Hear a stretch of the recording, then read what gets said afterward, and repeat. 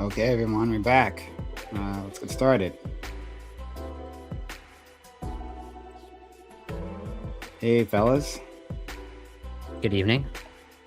Good evening to you. Lactoid? We can't hear you now. Oh my god, Lactoid likes to leave me hanging here. Hello? Hey, Lactoid, how are you? I'm okay. Can you hear me okay? Yep. Mm-hmm. Hope you're doing I well. see Nicki Minaj is no more. I don't think. She'll be back at some point. She'll be back Now, on hiatus. I made this a little bit more topical for today. Hold on, I'm kind of stupid with it. Tax this dick. That's what I have. This is Oh my it's from Benjamin Franklin. It's a quote. Directly from it sounds like something you would say, for sure. Okay. All right. Well, happy to have you all. We are still waiting on quite a few individuals. One more. Gibbs is here. Okay, but yeah, we have a few others we're waiting on, so we'll just spend our time stalling for them. Yo. Yeah. All right, there's no music. What's up? I was gonna say thank you the other week. I was trying to say thank you for sending me to that Soul King Radio channel. That was really good. I use it a lot, dude. It's like it's something I just randomly put on in the living room. You know what I mean? Just it's like, do I hear someone pissing? I hear some flowing water somewhere. Absolutely hear somebody pissing. Gibbs, are you pissing? It's not me. Clearly. Hold on, pause. I was in the army, and I definitely knew some girls that had shiwis. All right. No, I'm not one of them. No. All right, so that they could piss out in the field. You know. I know exactly what you're talking about. You're gonna explain to us what a chewy is now, right? It's just like a rubber device, like a funnel, basically that. It's a pee funnel that you attach. For women. You attach around the labia majora, right? Okay. We get all fucking technical, all right? And then you can piss, okay, like standing up. And it's like if you're camping or if you're like, if you're a female soldier in the field, right? Pretty fucking helpful to be able to piss standing up instead of having, especially if you're out in like the desert or something, can't find somewhere. You can to like bend over. You can spread and like thrust, right? Like I've seen women do this. Like without any other devices, you can. I would say not without. Somebody check this man's hard drive right now. All over you. Yeah. No. I've seen it. Now it depends. Well, it depends, I guess, on what your clothing are, right? Like if you have like restrictive pants, it's gonna be a big problem. Yeah. Sounds like just a leaky pipe or something. I don't know. Being able to pee while standing up. What the fuck are we talking about? We're talking about peeing while standing up, Gibbs. Talking about peas. I was saying how being able to pee while standing up is like unironically such a big buff that men got at the beginning. Like you guys, so convenient. Yeah, you guys are screwed. Yeah, but balanced out by having our reproductive glands just hanging like right there. That's true. But mine not that big of a deal. Me from the inside, so actually.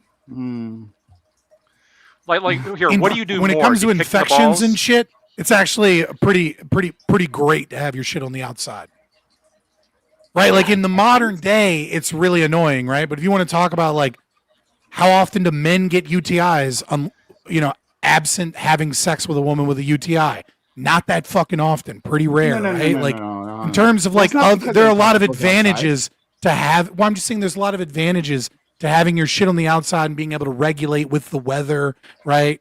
Like it's just today with modern clothes, modern medicine, modern conveniences, it's more emergency and your testicles twist. That can most of the time be done without surgery. If that happens to an ovary, you will die in 24 hours from sepsis. I'll give you that one. But the UTI thing, I mean, that's because the penis is like very well closed off, right? Like it's not exposed to anything really, right? Like you got to really work to get stuff up there. But for maybe yours isn't. Sorry, go on. I feel like we're saying the same thing now. You know what I mean? Like, no, we're not saying. I feel like we're saying we're the not same saying thing. No. I'm saying the testicles should be inside, right? Saying Like, that external would- genitalia makes it. then we're not saying the same thing. Okay, who's I feel like paying? we're saying the same The thing. penis is. That's a long We're not P. saying the same thing. Sorry, what? You know what it is? You know what it is? I know I what it knew is. I was signing up for like a sausage fest, but I had no idea it was going to be a penis discussion. Yeah, Whoa, hold I'm on. so glad. It's gonna be literal. I think I know what it is. I'm so glad this is what we're choosing to talk about now. Like, I'm real happy about it. Real quick, Abers, do you have a fish tank in your background? I do.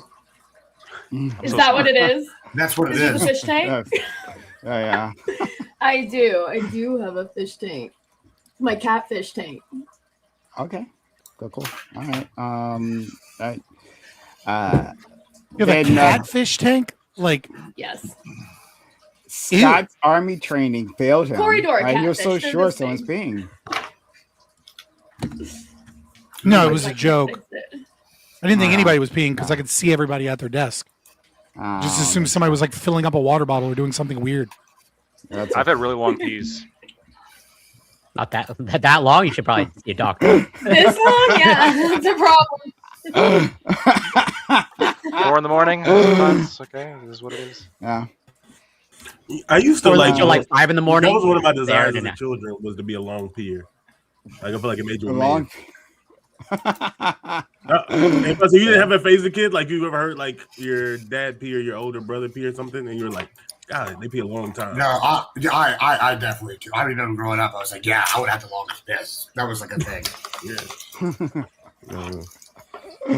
Not so much of mine. You're frozen. I don't know what you did, Bam. You used to have. But he always freezes in like I the know most, exactly what I did. most- I tried to most switch flattering to way. a Wi-Fi connection instead of. Did you not Wi-Fi. switch back? I don't have a. Don't have an Ethernet cord long enough. In this Oh my space. god! You could have ordered one from Amazon. It's been like 3 weeks since you've been on. I'm sorry, Prom. I'm sorry that people have other things to worry about besides Ethernet cords. I'll work on it. I'll be. Okay. All It's not right. good enough for him. It's not good enough. Did the fish tank sounds go away? They're better. Seems better. Significantly less. Okay. Yeah. Wow. So we're only waiting on 2 people, Doobie and Ali. Ali's going to be a while, so we're not going to wait for him. Okay, This so is his now topic too. Ugh. That's true. Yeah, it is not. That feels racist. Like, I'm not opposed to racism in 2026 at this we know point, that. but like, it still feels racist to be like, this is his topic. Scott. Like, Scott. For no particular this reason. is obviously We this is got of interest to the racial brownies. very You know what I mean? Like, quickly. For no particular Scott, reason. It's not. Just look at him, okay? I don't know why. Come on. oh fuck. Oh, I love being a mutt Someone sometimes. just snort? I think it was miscongeniality over here. Just a little bit. Look, Ollie really cares about Israel. That's what I'm referring to. He really cares about Israel. Like really cares. And this is about Israel, so I figured. It absolutely is about Israel. Let's True. not forget that. In Saudi Arabia. That's also yes. Israel, like this is how broken our culture is in 2026 compared to when I was growing up. Is that it was like when I was a kid, it was like, ooh, let's play 7 Degrees of Kevin Bacon, and then you like mention somebody, and then you can via relationships or movies, you would eventually get to Kevin Bacon. And now it feels like every conversation I have, regardless of where you are, is like 7 Degrees of Israel, where it's just like, ooh, NVIDIA, did you know that NVIDIA is connected with the Trump administration and Intel? And did you know that Intel is building a chip foundry in fucking Israel? 2 degrees. And you're like, oh my fucking God, dude. Like, Yeah. this is a I can Wendy's. You know what I mean? Like, Accurate. That, I yeah, just that like does the happen a lot. camera. Don't. No, it is like that though. I feel like I was out the other night and we were talking about something and like it was like football, and then this chick beside us was like, "Oh yeah, you know, you can't buy this company's footballs or no more." I'm like, "Why?" They're like, "Because they get the leather that's from this company that's selling the red heifers to Israel." I was like, "You fucking kidding me, bro?" Like, this is a real problem. selling the red heifers to Israel. It's like Sorry. just tell them that no matter that just tell them no matter who they listen. Just tell them no matter which football you buy, you're gonna pay sales tax on it, and that tax money is eventually going to end up in Israel. So don't worry about it. Buy whatever football you want to buy because you're not fucking stopping it, buddy. Oh, you ready to hear about the red heifers? Let me tell you, I'm gonna put you on to something right here. I hope you sit down for this one. All right, this is a real good one. So we have a type of cow in Texas, the Sanctions, and it grows red hair. Could you say that word clearly though? Because like you have a lot of rasp and you mumble a lot, and you always have the mic of someone that just started streaming like today. Right, so could you say the word with diction so that I know what it is that you're saying? Watch this. Much better. Perfect. Or use that whiteboard. Muted. Let's keep this for the next 3 hours. Oh, not the whiteboard. No. Yeah, this is much The better. whiteboard. Let's go. You're definitely going to clearly communicate now. Is this pictographs now? Is this in fucking Egypt? Yeah. Right. And Gibbs usually only brings out the whiteboard when he's like really pissed at me. We really cannot hear you, Fred. But Is this whole headset off? You just can't hear anything at all? yeah, we really can't hear you. I'm not sure if you're aware of that. You've been like for the last minute, right? Before the whiteboard came out. That microphone is like not on. Like we haven't heard anything. You were like, watch this, and then you switch to a mic that is not producing any audio. Nope, not now. Okay, sorry, and you may think that I heard you say now, but I'm lip reading because I'm so used to having to lip read because of your poor audio quality. Despite being rich. Fired. How about now? Yeah. Like you have money. Like there you go. Well, I don't know why I lost. Ah, we hear you. We hear you. Yeah. Now that you're back on the shit mic. We have too many microphones, too many going here. But okay. I'll figure it out in a second. But long story short, we have these red cows. They're Santa Gertrudis cows here in Texas, right? And they grow red hair. And so I guess there's this prophecy that they need an all red heifer or two of them or something. And so they've been like breeding these red heifers, and every like 10 years or so often they sell them to fucking Israel, and it's supposed to usher in the apocalypse. And so like they're like breeding these cows down here for this purpose. And so I guess they also like make leather for like, I don't know, one of the major football producer companies. And they so don't buy from them or you're ushering in the apocalypse. Okay, so you're telling that kind of wrong. But there were 5 shipped off to Israel in 2022. And the reason they need the red heifers is they have to be completely unblemished red heifers, and they can sacrifice one, and then they can usher in the building of the third temple. But they can't build the third temple without sacrificing an unblemished red heifer. The 5 that were sent apparently were blemished in some way, shape, or form, and that was in 2022. And they came from like around the corner from where I live, which is why I know so much about it. Yeah. So I want you guys to know, just real quick, that story sounds crazy, but I want you to understand, to us atheists, that's how you sound when you talk about all Jesus. The time. I need you to understand that those stories sound exactly the same to us. When you're like the red heifer cows to usher in the apocalypse is the exact same story when grandma is like, one day Jesus will come and you will be judged. Like, I need you to know that those stories are the same to us. The way Gibbs told it absolutely makes it sound that way for sure. Well, that's like, all right. The apocalypse. Well, that's what the Christians would say when the third temple gets built. The apocalypse is coming, you know. Yeah, hon, it's blood magic either way, right? Like sacrificing the cow or that Jesus dying for sins, right? Like it's literally blood magic. The correct ones. Yeah. The blood magic, yeah. I think Bam is still working on it. Bam, we can't see your camera at all. He's ordering that cable right now. Yeah, you got 1 hour shipping. Yeah. So FYI, Bam, if you can hear me, he's gonna be in his car, like I'm driving to Best Buy, like on a phone camera. Like, might be a better connection.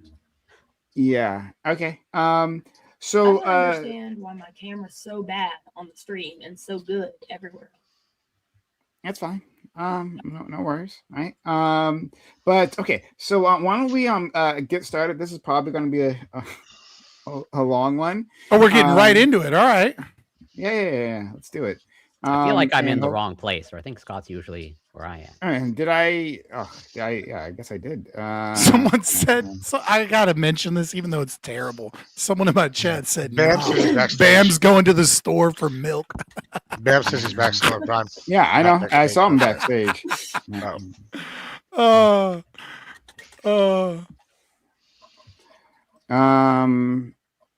So okay. Again, yeah, Bam. Your camera is not on. I can see that your camera's not on, or it's not showing up any which way. So hopefully he'll test it. Okay. All right. So hello all. No, it's a different camera. Okay. Well, all right. Watch. He's going to put this on. All right. Cam. So Bam. Obviously, we can't see you. Like I said, like this is just a blank screen. He's more black than usual. You're more black than usual. Yeah. See, I told you. Wait, you can't see me? No, we cannot see you. I'm looking at you, looking at me. You can't see me right now. I'm invisible. I'm John Cena. Me and John Cena. That's crazy. Yes. We can't see you. Yeah. All right, I'll work on it. I don't know what to do, but I'm looking. Speaking of which, I'm missing Raw tonight for you guys, so y'all. Yeah, I appreciate just keep that in mind. Understood. We're missing what? WWE Raw. WWE Raw. Yeah. Monday night. All right, so I feel like I don't really need to ask what her political affiliation is now. I feel like we kind of got that figured out real quick. There are apparently a lot of progressive WWE fans. I'm hearing, but anyway, yeah, you're hearing because they're not in your fucking circles. Bam, fair. Bam. Yeah, we still can't see you. So we're gonna. It's like there's probably a video signal because this isn't what it looks like when the camera is like off. But for whatever reason, it's just not showing up. So yeah, I'll work on it. So I'll be quiet. All right. Well, we'll just get to it. Hello all. Thanks for being here. This is Reverie Roundtable, which we have Mondays 8 p.m. Eastern. All right, we've got a great group of guys here and more on the way. So we're excited to talk about this topic. I'm sure it'll be really easy and we'll be super calm about the whole thing. But yeah, consider supporting the channel. Follow the channel if you haven't done so already. Follow us on YouTube, Twitch, or Kick, right? And those are fine choices. If you are on Twitch, consider subbing to the channel, getting ad-free viewing, supporting this community, getting our emotes. Also, if you are on YouTube, consider using a super chat. Put your super chat on screen, right? Maybe we'll discuss it. It'll be a lot of fun. Maybe keeping this place alive. So thanks so much to anyone who does. Okay. And Frozen Knight, thank you for resubbing for 48 months. Hey, it's really kind of you. Been here for a long time. 4 years, Frozen Knight. Shout out to you for being around for so long. Much appreciated. Okay, so let's get started. All right, the topic. Israel and the U.S. have launched a war against Iran. This comes after months of threats against the Middle East nation and limited strikes that occurred last year. Trump has explicitly named this as a regime change war, with the excuse that Iran was still aiming for a nuclear weapon. Are you in favor of this war? Do you find the justifications to be convincing? Do you think it's worth the sacrifice of American lives? Do you think it's worth the money?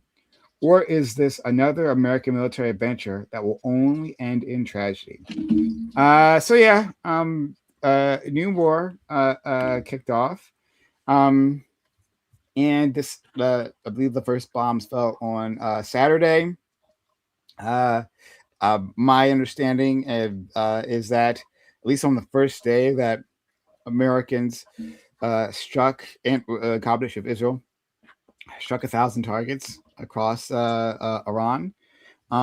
They killed, I think within the first strikes, killed the leader of Iran, Ayatollah Khamenei, along with like basically his cabinet. They had like a regular meeting on Saturday, and they took that as opportunity and they immediately struck. And it sounds like they were completely successful in that. They struck all kinds of other targets, right? Including missile launchers and something I was hearing only just recently because no one else is reporting it. But like we're attacking the Navy. So their boats, they sunk a bunch of Iranian boats. And in response, Iran has been launching missiles and drones across the Middle East, primarily towards Israel, but also other Middle East nations, specifically the ones who are hosting American military bases and allowing attacks from their base into Iran. So there's that. This comes after, so there was negotiations between the U.S. and Iran that were occurring, and there was a quote unquote breakthrough. Oh, it's so funny. We'll get to that. But in any case, right, the Iranians offered to end a nuclear stockpiling, right, of enriched uranium, and the stockpiling, which would have gone farther than the Iran nuclear deal that Obama had negotiated. That was a much farther concession, and also to have have their situation be monitored, right, by like the International Atomic Agency would go into monitor their facilities. So this would have been a massive concession. This is delivered by the Omani foreign minister. They said that, but despite that, soon after the bombs started falling, and now we're here. There's also dead Americans already. A few, I guess they were struck by Iran's missiles or drones, but only a handful of dead Americans and a fuck ton of dead Iranians. A school was hit, and the death toll is huge. They're still digging out the bodies. A bunch of 9, 10, 11-year-olds, my understanding. The death toll is over 150, along with teachers, and other places too. A lot of citizens are dead. So that's the situation we find ourselves in. So I want to discuss this. Do you think this is a good idea, bad idea, great idea? Is it the only patriotic thing to do is to support it? I wonder. So let's get started with our friend Lactoid. Yeah, can you hear me okay? Am I coming through okay? Mm-hmm. Yep. Alrighty. So I've long held this theory of mine that the war is bad. Okay, not a good thing to do war, but it can be justified. But it can only be justified if the following two elements are met. The first element here is that there is a clear moral high ground or a clear moral position that is better, and two, that there is an efficient road to achieve said positive outcome. I think here you can make a strong argument for the first prong. I'm not sure if it's really met. I'm open to hearing arguments, and I think that the strongest point lies here, which is that Khomeini sucks. Sucked. Not a big fan. Not a big fan of the Iranian regime. Obviously, very authoritarian, theocratic. Does all sorts of fuck you shit when it comes to funding proxies. Death to America. Not good. Not a big fan. Not a big fan of the current Israeli government. I do think it is significantly better, though, than Iran's government. Where I think that this war fails is the second prong, which is that I have not seen a real argument or strong evidence that there is a efficient road here to a positive outcome in terms of the overall cost, not only in terms of the money, which I'm sure we've spent billions and billions thus far just on the strikes we've done, the human cost, which comes to hundreds dead, obviously a small percentage, but still some American servicemen and women, and the collateral damage of a bunch of apparently dead schoolgirls blown up. That sucks. That's not good. Widespread destruction. The closure of the Strait of Hormuz, which is cutting off a fifth of the world's oil supply, which is not like a small deal. That's going to jack up prices for everybody across the world and cause a whole bunch of tack-on effects that could lead to more death and more destruction and more poverty. And I'm not really seeing an actual set plan. It seems like we're just kind of flying by the seat of our pants, similar to Libya, which ended up in an anarchic state with slave markets. We had a little bit of a better plan with Syria in that we actually knew like the specific groups that we were supporting, which included al-Nusra, which was connected to some degree, obviously, not officially, but there was a lot of overlap between them and ISIS. And when they took over, they started massacring the Alawites. We'll talk about that. We'll talk about it in a second. I'm talking about al-Nusra, which is associated. Al-Nusra was a faction off of Al-Qaeda. Sure. So just as bad. Yeah. They were opposed to ISIS. Yup. My bad. I didn't mean to interrupt you. I'm sorry. I apologize. You're good. Afghanistan, which we put all this work into keeping the Taliban out. We set up the perfect government, the perfect democratic government, which we then subsequently lost, and the Taliban came back and took over again. And Iraq, which what did we accomplish with that other than handing Iran a semi-proxy, which we destabilized Iraq, which is obviously contributed to the rise of ISIS and all the death and destruction associated with that, and put them under the, in large part, the political influence of Iran. So I'm not convinced that we have a particularly good track record recently when it comes to this. And until somebody explains to me what the plan is, other than just we're going to bomb the government and rise up and take your government, people, that's not good enough. You need to show me which specific groups are we supporting, what is their specific plan, and can they succeed? And that has not been done. So no, I am opposed to this war. Thanks so much, friend. Let's go to our friend Scott. I am I'm happy that I am in very close agreement with Lactoid on this. Obviously, as an ANCAP, I don't think the U.S. military is justified in any military operation, though I do think private security forces absolutely can be. But I want to set that aside, and I'm what I wrote down is actually pretty similar to to your position, Lactoid, which is, this situation has really been blackpilling for me because, I grew up, some of us are, I think most of us here are like either younger millennials maybe, right? But I grew up, remembering Iraq, Afghanistan, when we went there, mission accomplished. I remember those fun times. I remember when the Democrats did everything they could to attack Howard Dean, because he was the only candidate that was anti-war alongside Bernie Sanders. But Bernie Sanders had no chance of winning at the time, so they didn't really go after him.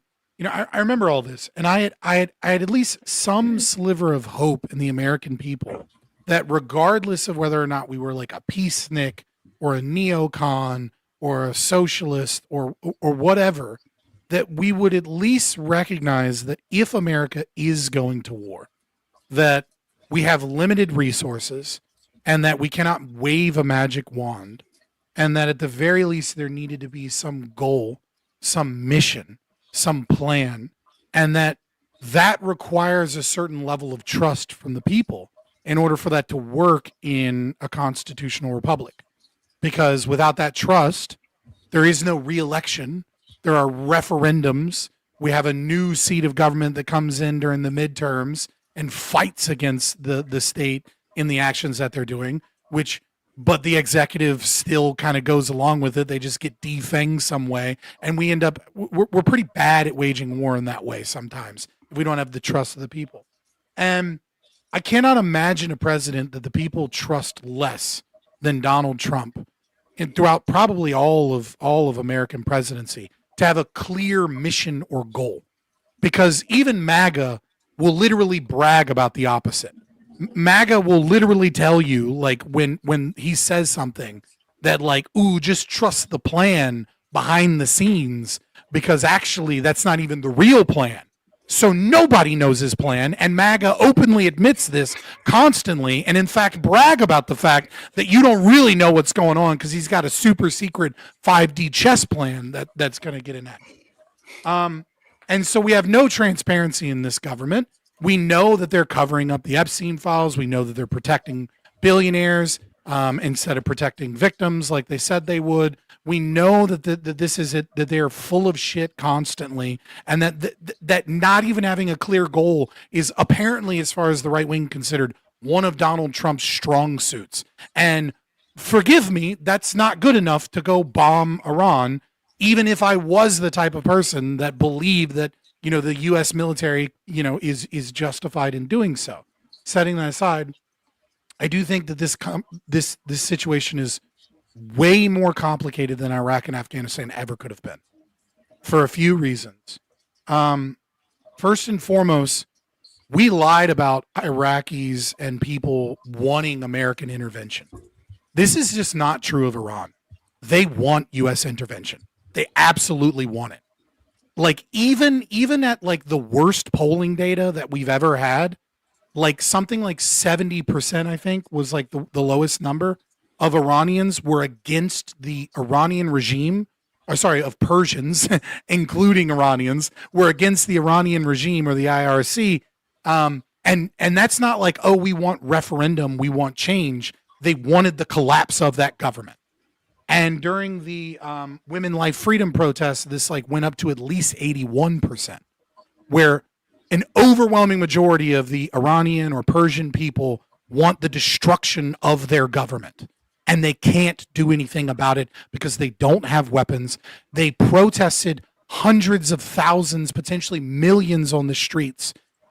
The Iranian government couldn't even get 5% of that as a counter protest, despite the fact that the protesters knew that if a police officer caught them, that was their execution and their death.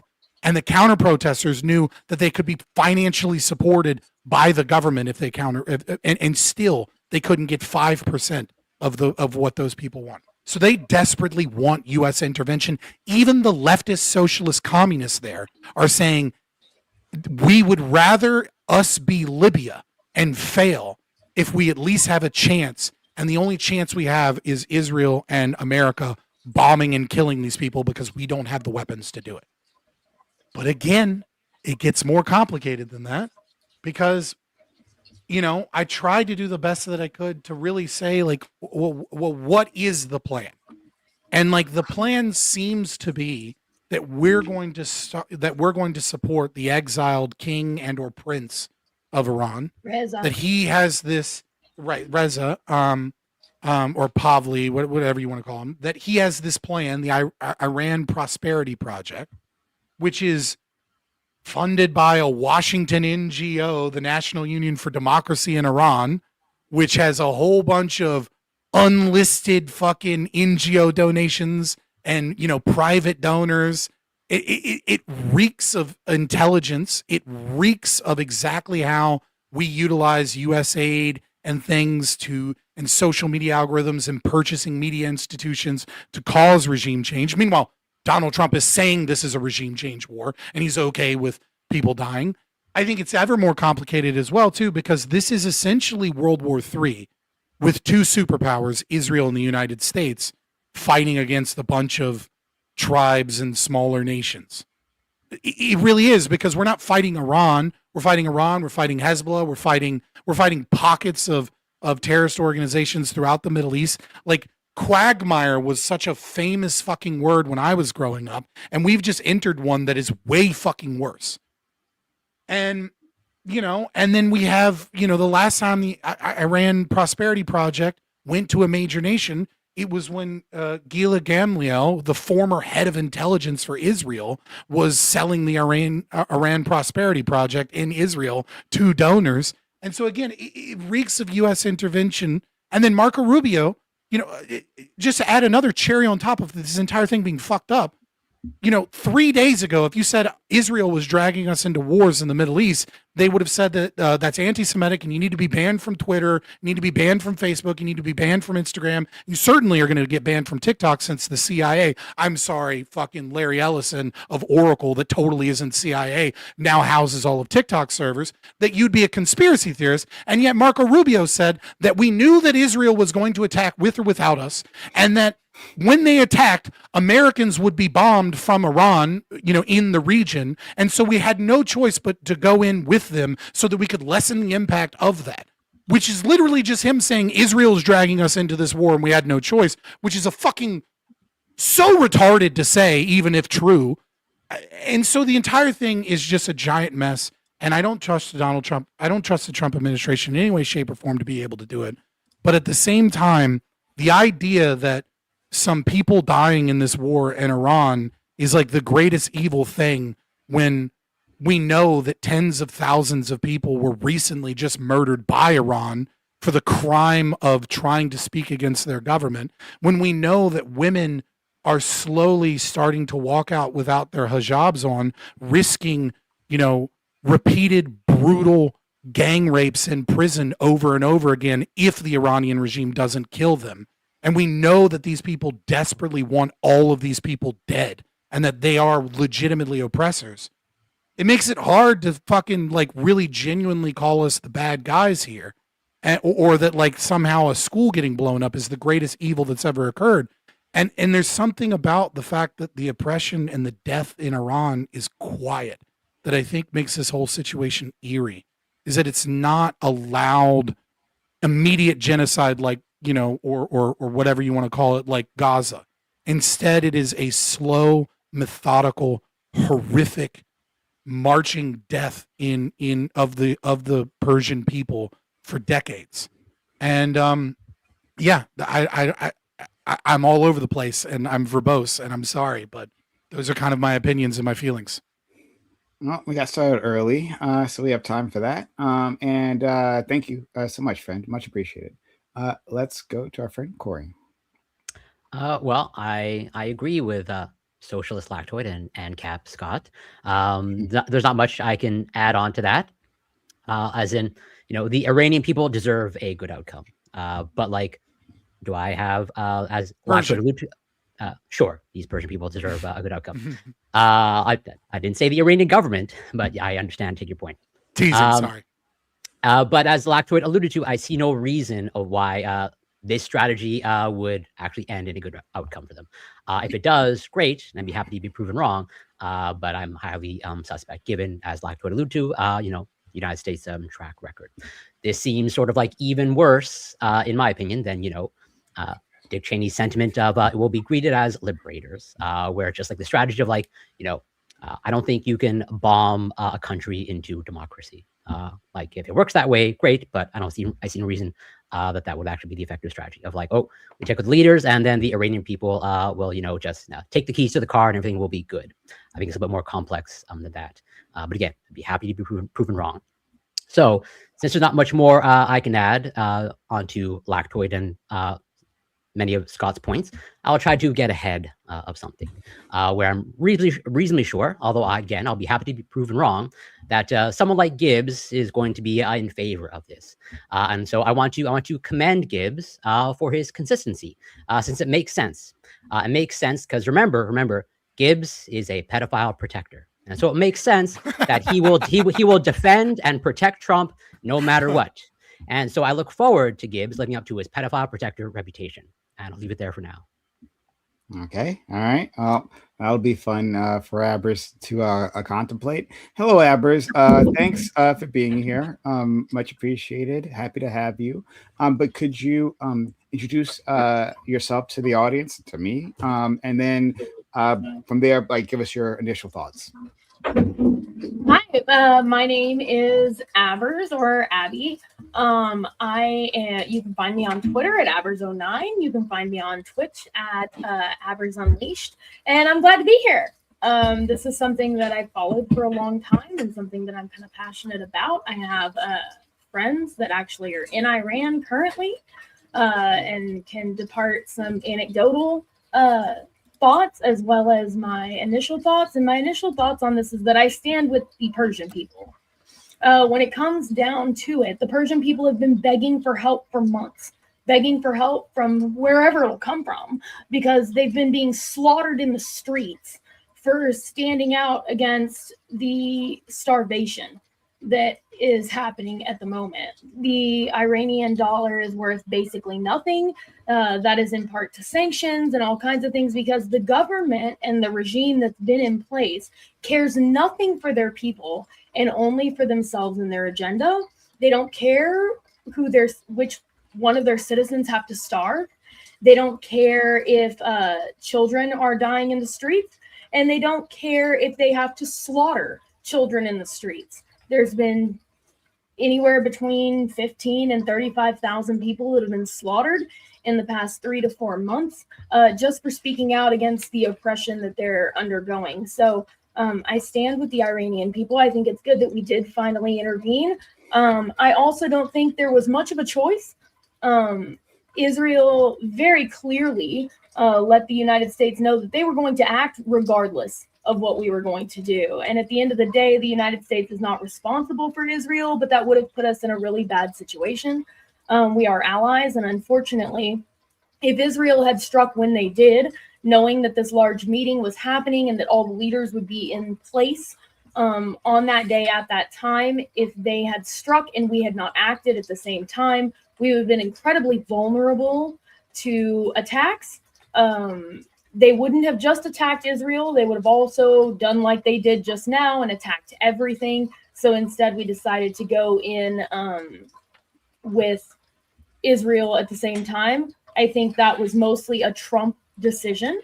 I think Iran has attempted to assassinate President Trump on 2 separate occasions, and he said quite literally, "I got him first. He tried to get me, so I got him first," which is a very Trump-like thing to say. So I am in favor of the war that's currently going on in Iran, but mostly because the Persian people are in favor of what is going on in Iran. I mean, how many times in our lives, like Scott was very clearly saying, most of us are millennials.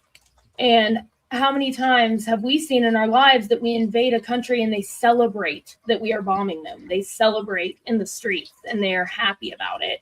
It hasn't really happened. It didn't happen with Iraq even. We might have seen one video of a statue being pulled down, but it wasn't thousands of people celebrating in the streets all over the country. So I am a yes, that I'm in favor of the war.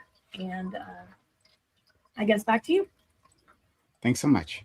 Let's go to our good friend Gibbs. All right, can y'all hear me okay? Yep. All right. So yeah, I'm just going to say one thing before we get into this. I don't really care about the moralistic arguments, but I just want to point out the people that are on one side, right? We have terrorists, socialists, and people that hate America are all on the same side of this issue. They all are fans of a regime that does terrible things, kills people, and they're bitching about it.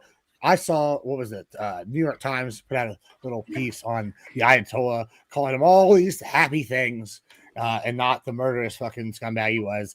So forgive me if I don't believe anybody's fucking crocodile tears about fucking, what we're doing over there and the poor children that were killed by a missile strike. No, it's war. It happens. I'm sorry. I don't give a shit. Secondly, here's the thing. China's fucked. You know who is laughing all the way to the bank right now, talking about their legacy? Bush and Cheney. Everybody said they looked like idiots all those years because we were stuck in Iraq. Well, guess what? It all's finally come together. Yeah. And who would have told you it was the guy who was on The Apprentice that was going to be the one that sealed the deal? We're sitting here. The Ba'ath Party is gone. Now, I like to say something interesting because I was going to talk about the Ba'ath Party, and he brought up that, this is like Libya. This is not like Libya. He came in day one and took out the prophet. He's gone. And 48 of their top leaders. You know how long it took us to get the fucking Libyan leadership? 6 months, which led to the chaotic state and all these other things with all these who decided who to back, all et cetera, et cetera. Well, guess what? The Ba'ath Party's gone. Syria's gone. Iraq's gone. Now Iran's gone. And our friends in the region, Saudi Arabia and Israel, are more powerful than ever. They have their perennial rival. China is weaker than ever. 80 to 90% of their energy was coming from Iran and Venezuela. Both of them are gone now. So China's about to have major problems. Russia has lost access to one of their biggest allies. We took their best tech, which is this drone tech, because they've been using it for years. And now we're making this shit here in America better. It's a win all around. I saw someone complaining earlier about, Tomahawk missiles were running out. Well, this is just one more reason we need to be production back to America. It all helps America. This provides jobs. This provides the removing of an enemy, the Strait of Hormuz. Maybe we got a slight increased oil now, but now we won't have to worry about the perennial problem of them always shutting us off. That's going to lead to global stability of the oil market in the long term. Maybe in the short term, problems, but long term, we no longer have to worry about this evil power blocking this thing anytime they're pissed off. So this is a benefit to bring stability to the region. All their proxies no longer have the access to this power that's backing them and funding them and giving them the tech. That's going to lead to long-term stabilization. Even if you're on their side, this is going to lead to peace. You're just going to be sad because your side isn't the one that's getting the peace and getting what they want, because they're gone. So this is a win all around. The only country that's gained from this really is North Korea, because now Russia and China have to turn to them more for other things. But that's a net loss overall to BRICS. And I'm really a fan of American hegemony. I've heard a lot about people wishing about American hegemony, how America's pulling out and fucking up. And I got to say, it seems like we're stronger than ever. No country can do what we've done. We've told Venezuela to fuck around and find out, and we grabbed their president. Iran fucked around to find out and didn't give us what we wanted when we told them. And I guess they got used to being able to just push us around. They took our soldiers back in the day. We've been at war with this country since 1979. Let's just be honest. They've never liked us. They shared death to America from the beginning. It's time to get this regime out, and we're giving them the country ass whooping they deserve. And hopefully one of these IRC guys will go, hey, maybe I don't want to walk outside and get bombed today, and get some of these people on our side so that the people there can have a peaceful transition. Otherwise, fuck it, let them organize.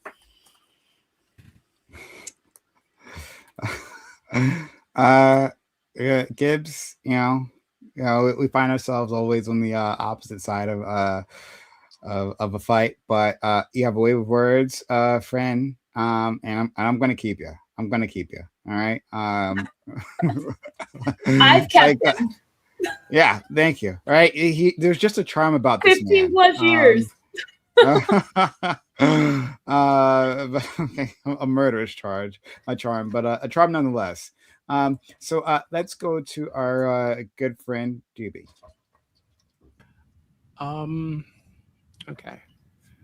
So I think we are going to send American sons and daughters to die in a war that not 1 in 4 Americans wanted, launched without a congressional vote to serve the interests of a foreign government that spies on us and a Saudi kingdom that funded 9/11, all while our own cities are crumbling, our borders are leaking, and working people in this country can't afford fucking groceries. I think that AIPAC and the defense contractors who write the checks of both parties got their war. Israel is likely going to get its regional enemy to be destroyed. The Saudis are getting their rival eliminated. What are we getting? We are getting spiking oil prices, dead soldiers, and another $1 trillion fucking swamp for us to bleed us for the next generation. I think that it is disgusting. I think that every dollar spent dropping bombs there is a dollar not spent here on an American fact, American hospital, American family. I think that Trump ran on America first, ending endless wars. And when we got back in office, he went to the same donor class, same lobbyists, same neocons who gave us Iraq, and bent over and did their bidding. So I think the entire thing is disgusting, and we shouldn't be doing this. Okay. So let's get things started. I wanted to ask though, tell me just about the terrorist killer that was in Austin. I also stand with Abbott, by the way, and what he said. In fact, we have now announced we're going to be doing some Draw Muhammad contests again. Let these fuckers come and try to fuck with Texas. I dare y'all, goddammit. We're not dicking around. Y'all want to come out here and find out? Come get these hands too. Fuck them. So I wanted to say something. I stand with Draw Muhammad contests too. Imagine there's going to be some. Oh my god. So Lactoid, I see you. Right? I know you definitely want to jump in. You know what? I'll wait till after you. It's because I've got a lot of thoughts, but I think they align with some of your thoughts. So go ahead. Sure. The first thing is, yeah, big fan of drama homie contests. Here in America, you freedom speech for sure. Secondly, I just this is how I feel. This was, I think, one of the most overt examples of just a flat out broken campaign promise. I mean, this is like very directly, we will not do this. 180. We are running against we're literally running. Kamala's going to make you do it. I remember the memes. I remember the memes on Twitter. Like, oh, they're going to vote to send your sons and daughters to war. I remember this. Tulsi Gabbard, who and Lactwood is a bad memory. JD Vance and Trump being like the peace president. And I think that's where we have a problem, is we're all drawing on past experiences with war. Trump consistently said over and over again, no more endless wars. Endless wars. I mean, he just said it. His campaign promises bomb the shit out of him. How has he started an endless war? When Venezuela happened, they said, oh, this is going to start it. This is going to be it. We're going to be in Venezuela. Regime change. We're going to take over. Da-da-da-da-da. That didn't happen. He said, hey, you feel like you can do it and you don't want to die? Okay. How about you try things, cooperate, and if you cooperate and you're not a jerk like the person that we just kidnapped, great. You'll be able to continue. If not, dead. The problem is it's not endless. But here's, I think it is. I mean, we all remember George W. Bush, mission accomplished, right? Yeah. So now George W. Bush is Trump. I'm not saying George W. Bush is Trump. What I'm saying is that when he ran, I very distinctly remember, and Corey's right. I must be correct in this because I very distinctly remember this, and sometimes I don't. I very distinctly remember him. He fired John Bolton in large part because John Bolton kept advocating for attacking Iran. This was he criticized John Bolton. He said, "Oh, he just wants to attack Iran all the time. He just wants to attack Iran all the time." Yeah. In 2024, he said that he would not attack Iran. That he did not want to get involved in a war with Iran. Yeah, but he this also is a 180. But he didn't want to. But he also said there under no circumstances can Iran be allowed to do Trump X, Y, Z. John Bolton, right? Hold on, that's what you meant because I wasn't sure. Trump is really fucking inconsistent. Who did I say fire John Bolton? No, you didn't say anyone. So I just want to make sure. Trump is also the only president since Dwight. Trump is also the only president since Dwight D. Eisenhower first said it. Right? Not a single president during their presidency has stated what Trump did, which is he called out the military-industrial complex. Now, obviously, Dwight D. Eisenhower called it the military-industrial prison complex, which I think is an important distinction that's often lost. But I mean, he specifically talked about, the corporations and the those within the president's cabinet and in the highest echelons of power that want war to sell and make bombs and destabilize regions. Like using this is the problem. Yes. And I'm not trying to say like you're like a dishonest person. But what I am saying is that this is potentially bad faith or maybe a mistake. But using Trump's own inconsistencies is not really an argument as to how he isn't lying. But he wasn't inconsistent. He absolutely is one of the most inconsistent people that is famous on this fucking earth.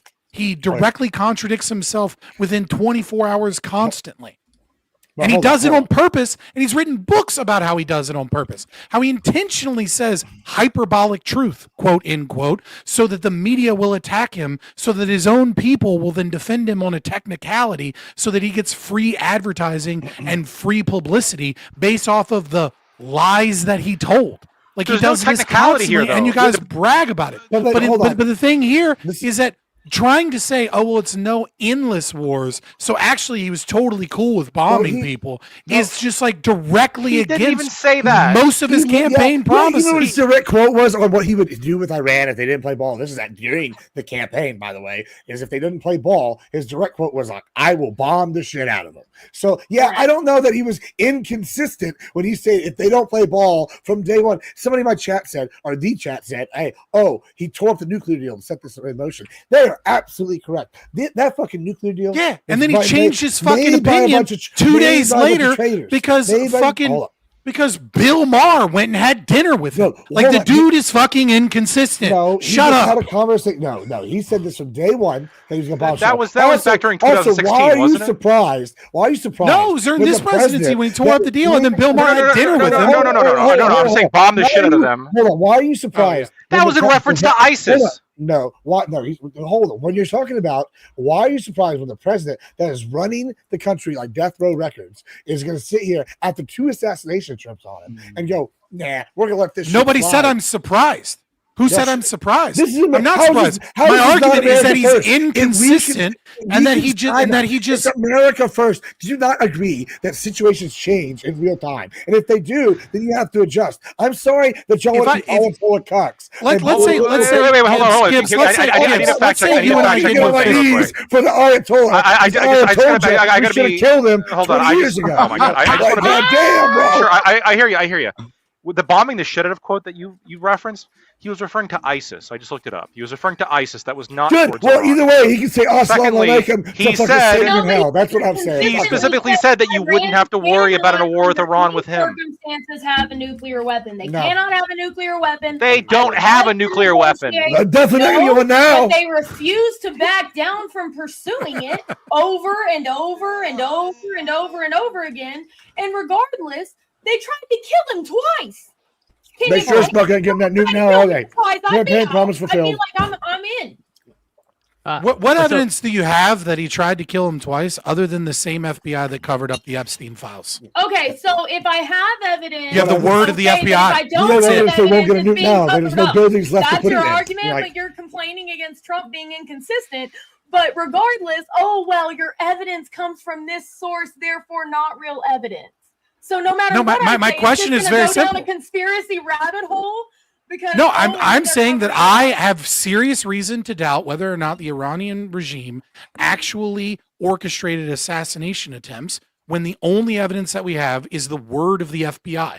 Who here trusts the word of the FBI and only the word of the FBI as direct evidence that something is fact? You're saying that it's a fact. He said Iran has to get rid of the concept of a nuclear weapon, and if they refuse so you won't answer because this is a losing one for you, right? That's where I went, and you took it somewhere else. So I'm taking. Wait, hold on, but to be clear, I'm attacking your evidence. I'm attacking your evidence. I'm attacking the source of your claim that is a fact. Of a nuclear weapon. You can talk loudly, but it doesn't change the fact. You don't even need to. You don't need to do that, Scott. Right? Like the supposed assassination. Where is the evidence? The FBI, sure. Let's assume for a second the evidence is correct. Let's assume that the FBI is not lying to us about this and that Iran was involved. This was in November of 2024. He promised not to attack Iran during the campaign in 2024, in November of 2024. So if this was if he was saying, look, they try to come get me, you're right, we should declare war on Iran. Like maybe a little bit of notice would have been good for those of us who went vote for him. I don't know. Well, it's just like, look. So I'm not saying fucking out in public and say, hey, just so you guys know, I am down. I'm down for attacking Iran. Just so everyone knows, including Iran. That'd be cool if you followed the Constitution. I get that. I get that you dislike the Constitution. Like he was supposed to. He's probably not he did breaking exactly the law what he was supposed to. He notified Congress. Yeah. He notified We just let him know when he was supposed to. Yeah. That's what the framers of the Constitution had in mind, right? Is you just let Congress know when you're going to bomb countries. Is it not? Yeah. Is that not the law? It's not the Constitution. For goddamn sake, no, it's not. Like the Constitution clearly states. Is that not the current law? Let's let in Doobie. Let's let in Doobie. This is a real tough argument for you, Scott. It's not a tough argument. It's very clear that the Supreme Court is absolutely wrong in violating of the Constitution by not holding the president to the fact that he can't just start wars and bomb random people whenever he wants. But if Are there any Americans in Iran? Before it happens, he has Thomas Jefferson. Wrong. I'm not wrong. Thomas Jefferson absolutely got involved in the Barbary Wars. You keep maybe, but we don't. Oh, you mean like when the Constitution? Is there a constitutional amendment on war powers? Is there a constitutional? No, Thomas Jefferson informed Congress that he was going to protect boats, and then moved there, and then there were Americans that were kidnapped by the Barbaries. He told them afterwards, after the first battle. He notified them that he was going.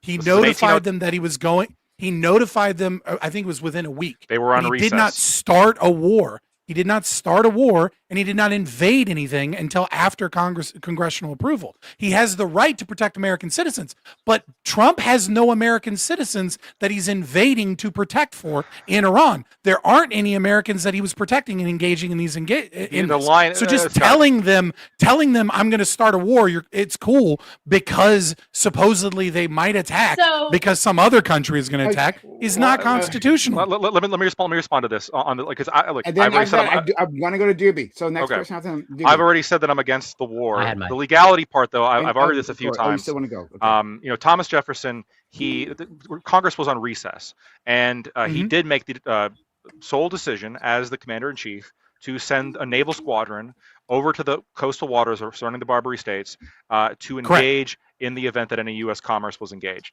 and that a battle actually did happen within the waters of the Ottoman Empire. Now, I don't see. It's not the same thing as what we're doing right now, right? I don't. It's not. Of course, it's not the same thing. We didn't have fighter jets. I don't think it's actually a huge bit. I don't think it's a massive difference though between we're going to send military assets into the territorial waters of a different country and engage them when fighting happens. I don't think that's a huge gap between that and we're going to fly a plane. Starting a war without congressional approval. Well, that could have started a war. We got into battle.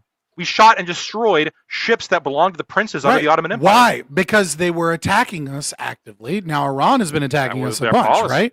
Yeah, absolutely. Arguably. And Trump, and again, I don't give a fuck about the Constitution because it's a watered down fucking piece of paper. But I'm still going to hold people that presumably believe into it. Okay, but that's not the same thing as Trump going to the Strait and fucking protecting our oil and getting prepared for congressional approval to start a war versus just straight up saying I'm engaging in war and it's regime change war. And by the way, I'm willing to have Americans die. Okay, great. So which he said. Hey, thank you. Oh my God, Gibbs, please, we can hear all your mouth sounds. Please, Fred. First the peeing, now this. And Corey, I thought the reason why you wanted to jump in was because of the DM thing. I understand. Yeah, sure. So we'll go to Corey and then Doobie. But yeah, very quickly. So then, Gibbs, do you believe Trump is being honest in his justifications for the war? I'm gonna be honest. Or let's say the attacks. Let me tell you this: I don't know whether Trump's being honest or not. Okay, what are your intuitions? Are you 50? If you're if you're nobody knows. I'll give you the answer. You believe the words that are coming out of his mouth. Right. When he alludes to, I believe he's explicitly alluded to Iran's nuclear program as let me just mention imminent threat. Do you believe that? This will sound like a roundabout answer when I answer this, but I promise it's not. More pedo protecting. I get it. Go for it. If he was a pedo protector, he'd be protecting Muslims, dude. Remember. What are you talking about? Remember, they were the ones that wanted to let Cousin Bobby continue to get diddled and walk away and not shoot him at the time. That was not the scenario. That was not the scenario. It was no. Anyway, you tiptoe around. Okay, just trust me. I'm going to answer this. All right, so I don't give a flying fuck if you're being honest about why we're talking about Iran. I only care that we're bombing the shit out of them because they need to be bombed for years and years. However, when we say, hey, the one thing he is being honest about, and he said it, they're not going to get a nuke. They're sure as fuck not getting a nuke now, boys. Wait, so when was he being honest when he said Iran's nuclear program, I think explicitly was obliterated, quote, last year? Was that successful? Was that waste, fraud, and abuse when that happened? Or it wasn't obliterated, or it was or was not obliterated back then? Now we're just ensured it was done. I don't know. It was not fraud or abuse. Was there any indication that Iran was on the cusp of having a nuclear weapon? Not on the cusp, no, but there was evidence that they were shipping in centrifuges and they were importing Russian and Chinese nuclear scientists in order to not only reestablish their nuclear program, but to accelerate it from where it had been. And but these people hate us. So was it obliterated 8 months ago, and now it's totally rebuilt, and now it's imminent? So in 8 months, it went from obliterated. No, it wasn't imminent.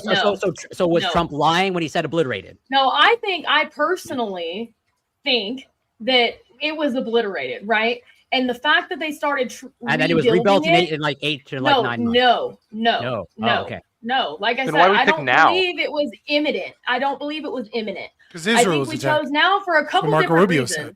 So number one, We have to do what Israel all of says, the Iranian apparently. leadership was going to be in one place at one time. So if we struck, then great. Also, there's another reason. Israel basically told the U.S., we're doing this with or without you. We know that they're all going to be in one place at one time. We've been wanting to do this for a long time. We're doing it with or without you. I also believe Can we just let them do it? Saudi Arabia, well, we did. Right? We did let them do it. They're the ones who took out the leadership. What the U.S. struck was military sites and missile sites. Yes, the U.S. struck missile sites. They didn't strike down any leadership. We left all that stuff to Israel. Other than that, did they strike some schools, or was that Israel? Israel did that. Yes, probably Israel. Yes, it was Israel. It was striking a school, Scott. I mean, come on. I'm not saying that. You know what I mean? Like, I'm just curious if we know. It's known that basically the United States was hitting the more missile sites, the missile sites and more of the military sites, whereas Israel was taking out leadership. And they said they were going to do that with or without us or not. Saudi Arabia. Right, but you said there was nothing. So you said there was nothing we could do. We could leave. No, we could leave. I mean, I didn't say there was nothing we could do. You did say that in the opening. Going to do that.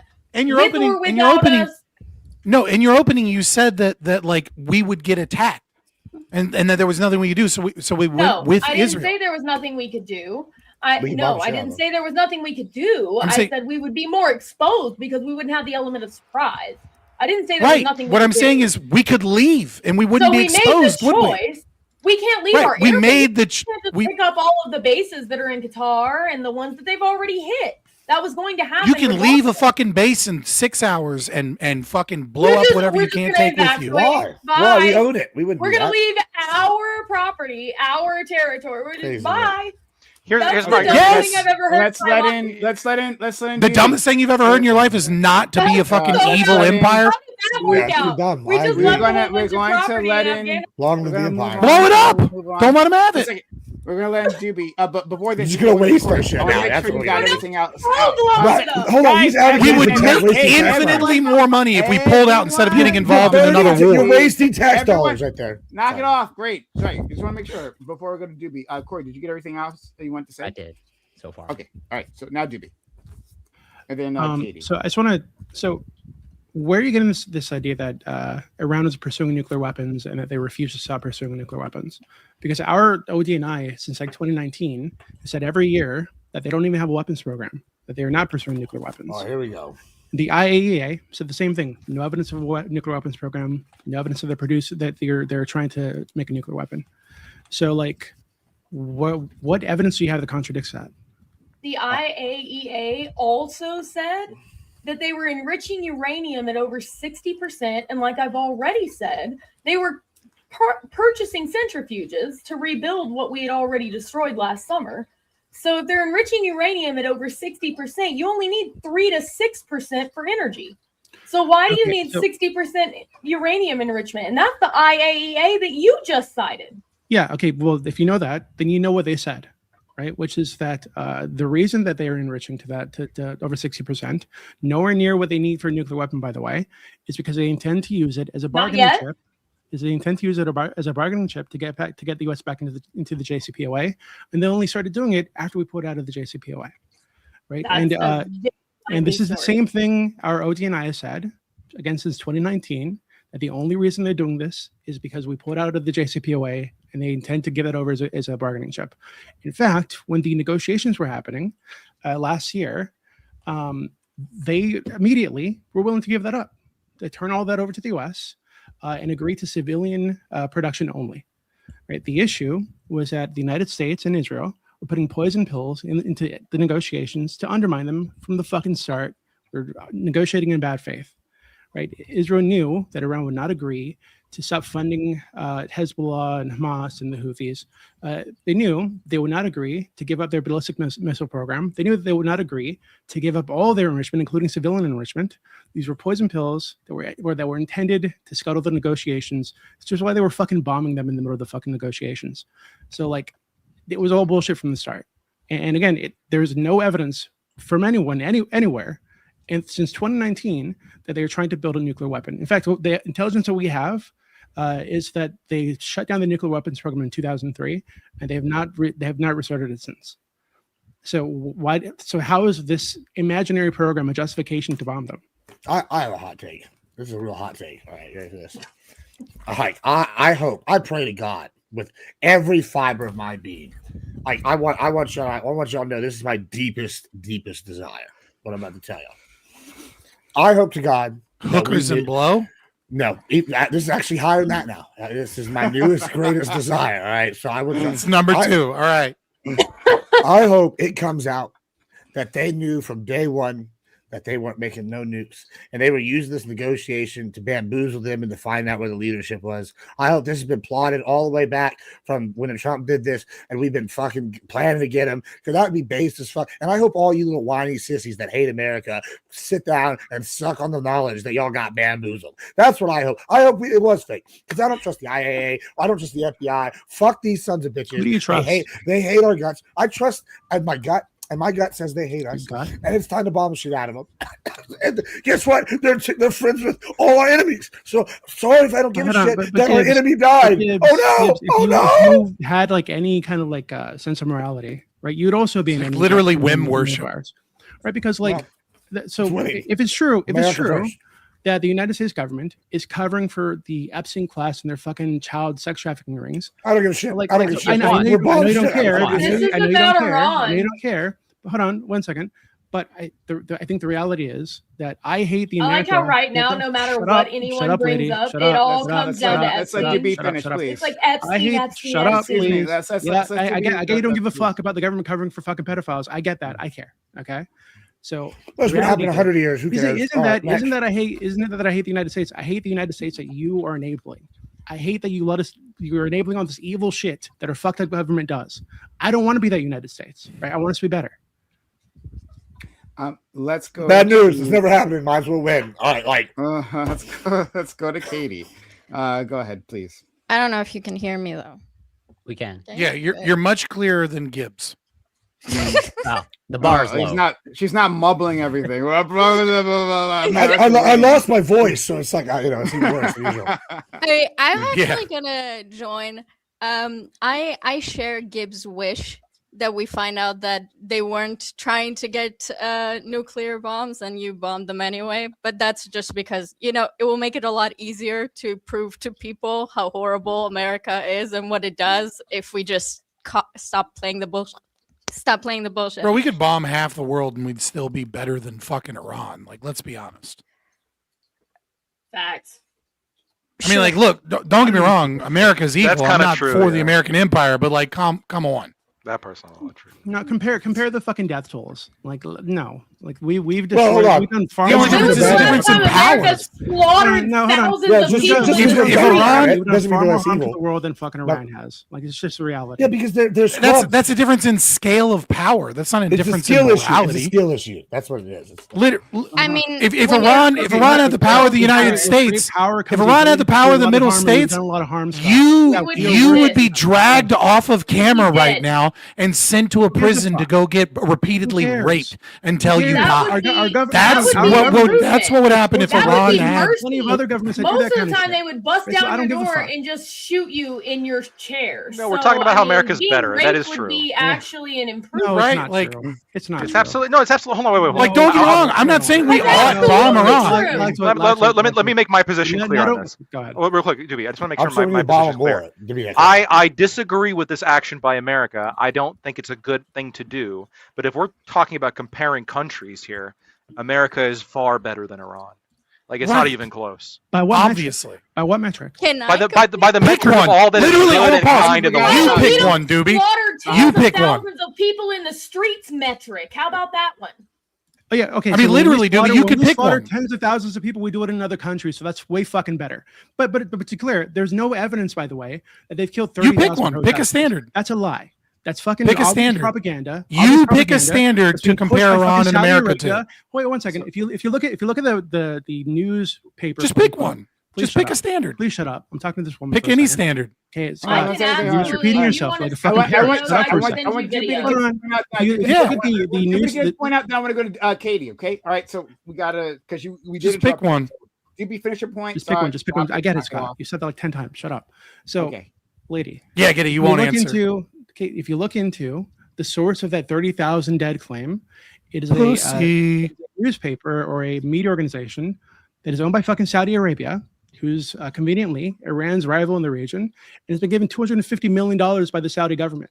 Hey, why don't we have accurate reporting in Iran? Could it be because they kill all journalists that disagree with the Iranian regime? There was no evidence that they killed tens of thousands of people whatsoever. You think it's so? You think it's what, like 1,000, 2,000? You don't think they killed anybody? With no evidence that it comes from Iranian officials. No fucking evidence. They just say it and it gets regurgitated all over the fucking place. Now I'm curious. Hey, how come we don't have accurate reporting there? How come we don't have accurate reporting there, Doobie? Could it be because they kill journalists that report on anything negative the Iranian regime's doing? Guys, I'm curious to see if you applied the same level of rigor to claims that came out of Gaza, the death tolls. Because I'm sure.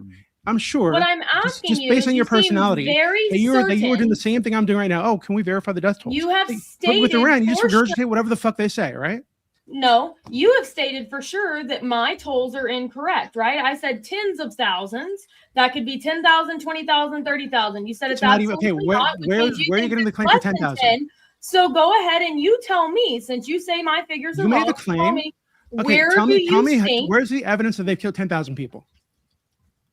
The evidence is in the actual body bags. They ran out of body bags in the hospitals in Iran. No, they didn't. You just made that up. In some of the during the protests that were happening in like December-ish, they were running out of body bags at some of the hospitals trying to bag up people. They were being shot in the streets.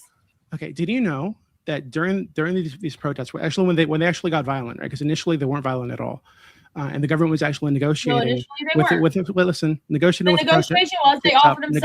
with the protest leaders, right? Initially, and then they got violent like a few days into them, right? And if you look into this, Mossad was posting on fucking Twitter that they're on the ground in Iran, right? And it's been known for a long time that Mossad has hundreds of Mossad agents within Iran that were working to destabilize the government, right? And there are many reports from Iranians. I know you're going to say that they're like shills for the IRGC or something, but from Iranian citizens who said that there were people, foreigners who came in, were giving people weapons, paying them to kill police officers. They beheaded police officers. They set a fucking hospital on fire.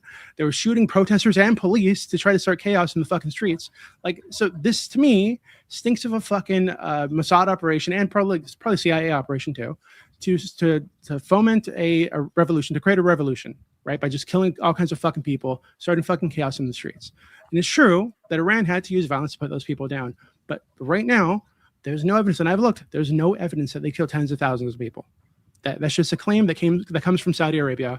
It's not at least 7,000 confirmed. Do you believe this shit? With poor reporting. I hope it wasn't CIA. Do you genuinely believe that the Iranian regime's hand was forced to kill its citizens, and that without that they wouldn't? Hold on, Scott.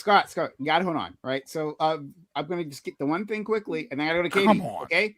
No, stop. Wait. Please. We gotta jump in. All right. So, but. Just curious, where'd you get that 7,000 number? And then we can move on. At least 7,000 confirmed by, I believe, the Islamic regime. Where did you get that number? Hold on. Their numbers were in 2,000, not 7,000. The exact source. They're putting it at over 3,000. Okay. So why? So their numbers were like somewhere around 2,000 or 3,000, not 7,000.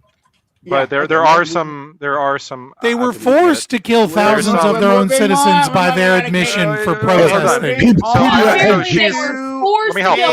Of their own citizens. Let me help.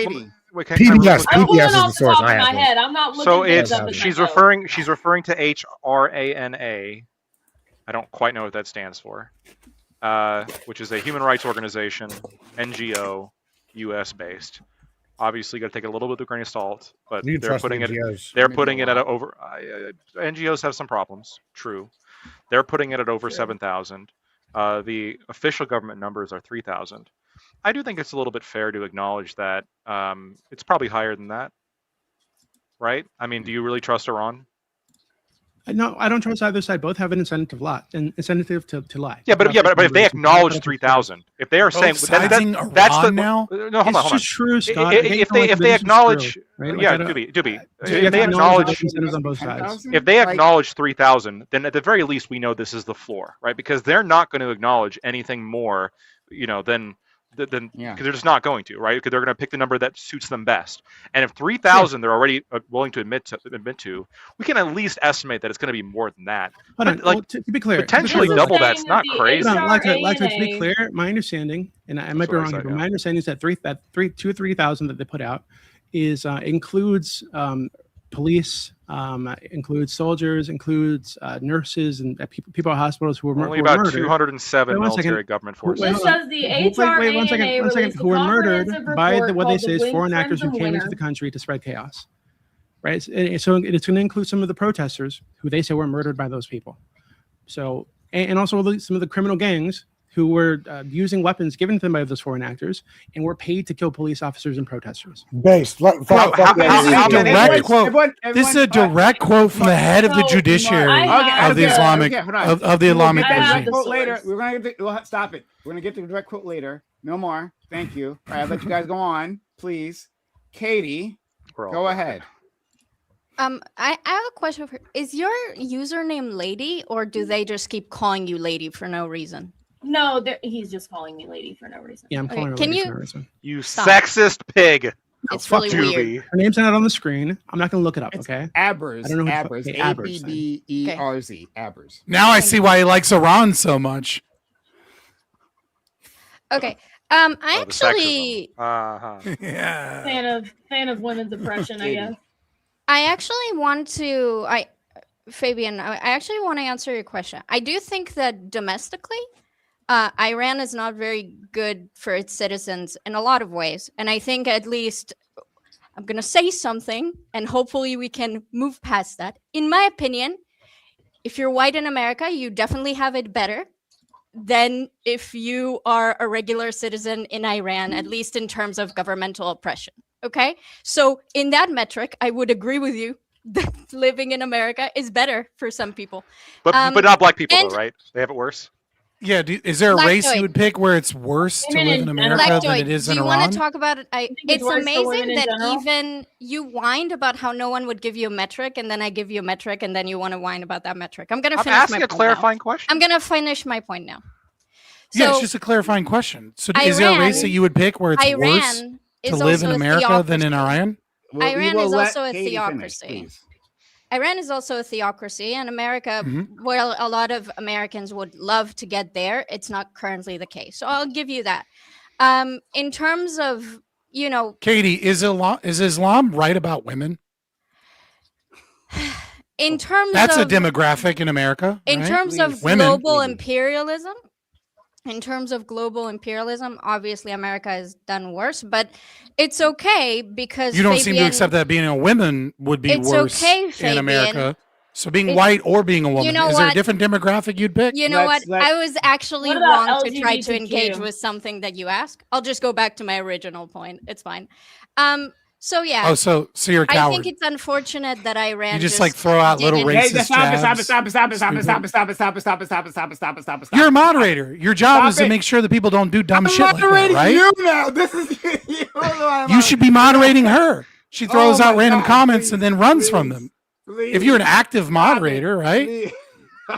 You should say, yeah, that's crazy. Maybe answer the question. Right?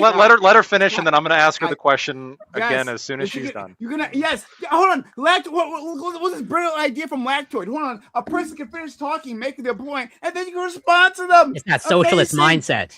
Lactoid, equity in speaking time. I know. I guess both socialists don't understand how to moderate a conversation. Let's go to Katie, please. Thank you. Yeah. In terms of imperialism, it's very clear that America has a lot worse just in terms of the death toll, but we can talk about exploitation or a bunch of other stuff that you don't care about. But I think that, Fabian did say that it's about, well, if Iran was as strong as America, do you not think they would do bad shit? And it's like, that's not really an argument to talking about who's better. But I also found it interesting when I tried to talk about something else, it was important to sternly bring up who's better. I do find... And another thing that I wanted to say is that before I joined this panel, this entire panel was talking about how America is lying, how the FBA is not trustworthy because it was covering Epstein. I believe that was Fabian's point, how Trump is inconsistent, how the entire administration is completely corrupt and in a pocket of, I don't know, pedophiles or whatever. But you are completely fine taking, now you're here scoffing about taking anything Iran takes seriously against America's word, but you spent like the entire panel talking about how America's word cannot be trusted in any way and how America breaks their own words to. Well, America isn't an institution, obviously, right? You made like 7 or 8 points, so I guess I might as well get to them, right? Or in fear of being moderated further. So first and foremost, let it be known that you did indeed run away from the conversation on highlighting that it is only, or it is somehow preferential only if you're a white man in America than being in Iran, despite the fact that you also ran away about the concept of women, because obviously it's better to be a woman. Have her answer the question. Secondly, wait, before we move on, can you please answer that? I'm really curious, Kitty. Which race do you think has it worse go ahead, than the people living in Iran? I don't know if you noticed, I said one criteria, and that was for white people in America. Yeah, she won't. So she I won't didn't answer. say. Yeah, she won't answer. You're a coward. You're a coward, and you're not here for debate. Here. I'm well, how many opportunities are you going to give her to good just cop, bad cop, Scott? Blah blah Listen, blah. Katie, like at a certain point, you should just ignore her for being a retard. No, I want to. No, I want to. Please, because does that offend you? I don't know. Maybe worse things would be said about you in Iran. Hold on, Scott. No chill, Iranian chill. went on. Oh my God, online. I've Katie, talked to some Iranians. Don't worry. Katie, look, don't talk like you. When you say, well, the white men have it better than those living under Iran, the implication is that there's some group of people that doesn't have it better in America than living under Iran, right? Would you agree with that? You said one criteria. I picked the easy criteria. Do you want to now discuss who has it better in Iran than America?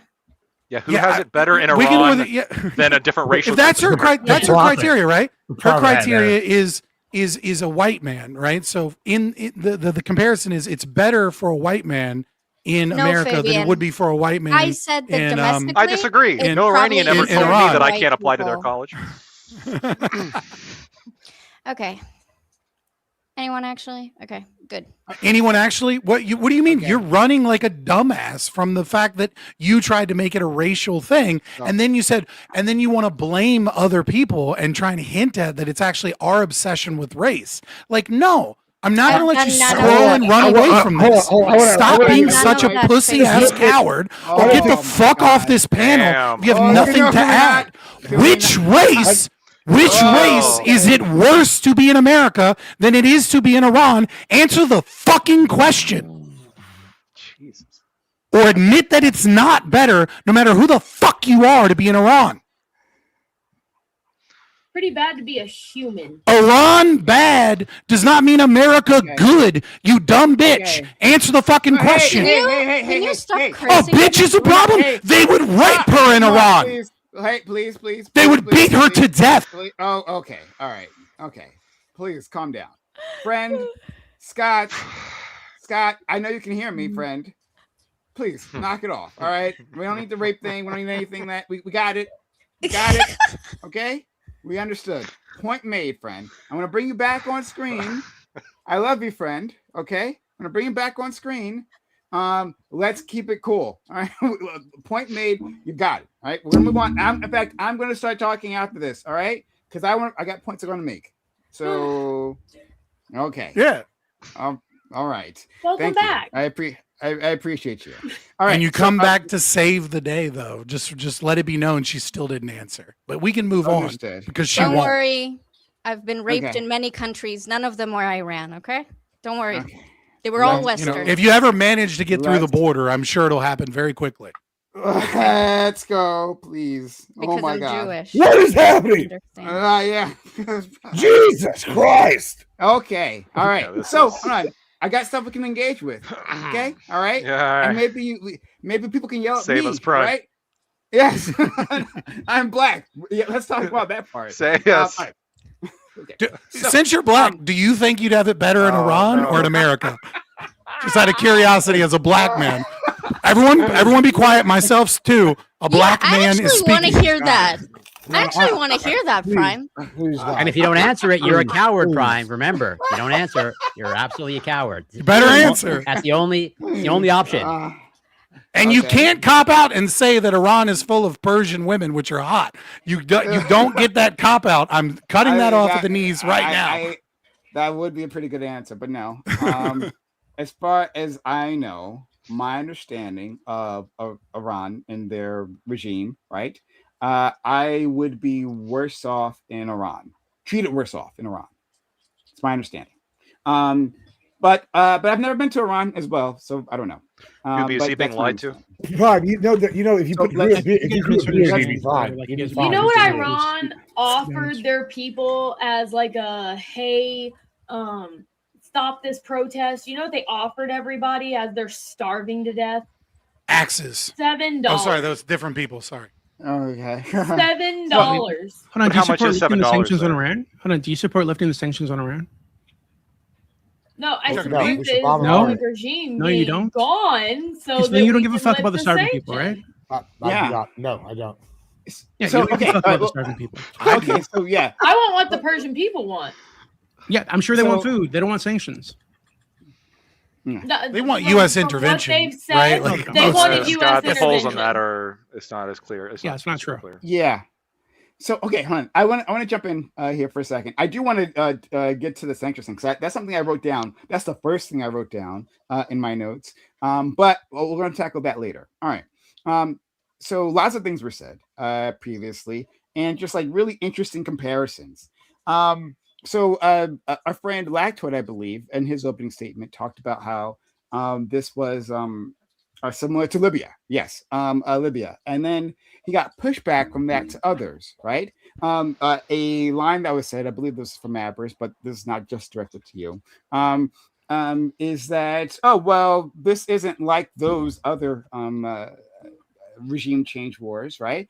Because where has have people cheered on the death of their leader, right, when the U.S. invades? Iraq, Well, I'll tell you, Libya, right? Syria. Specifically Iraq, right? They cheered on Saddam Hussein.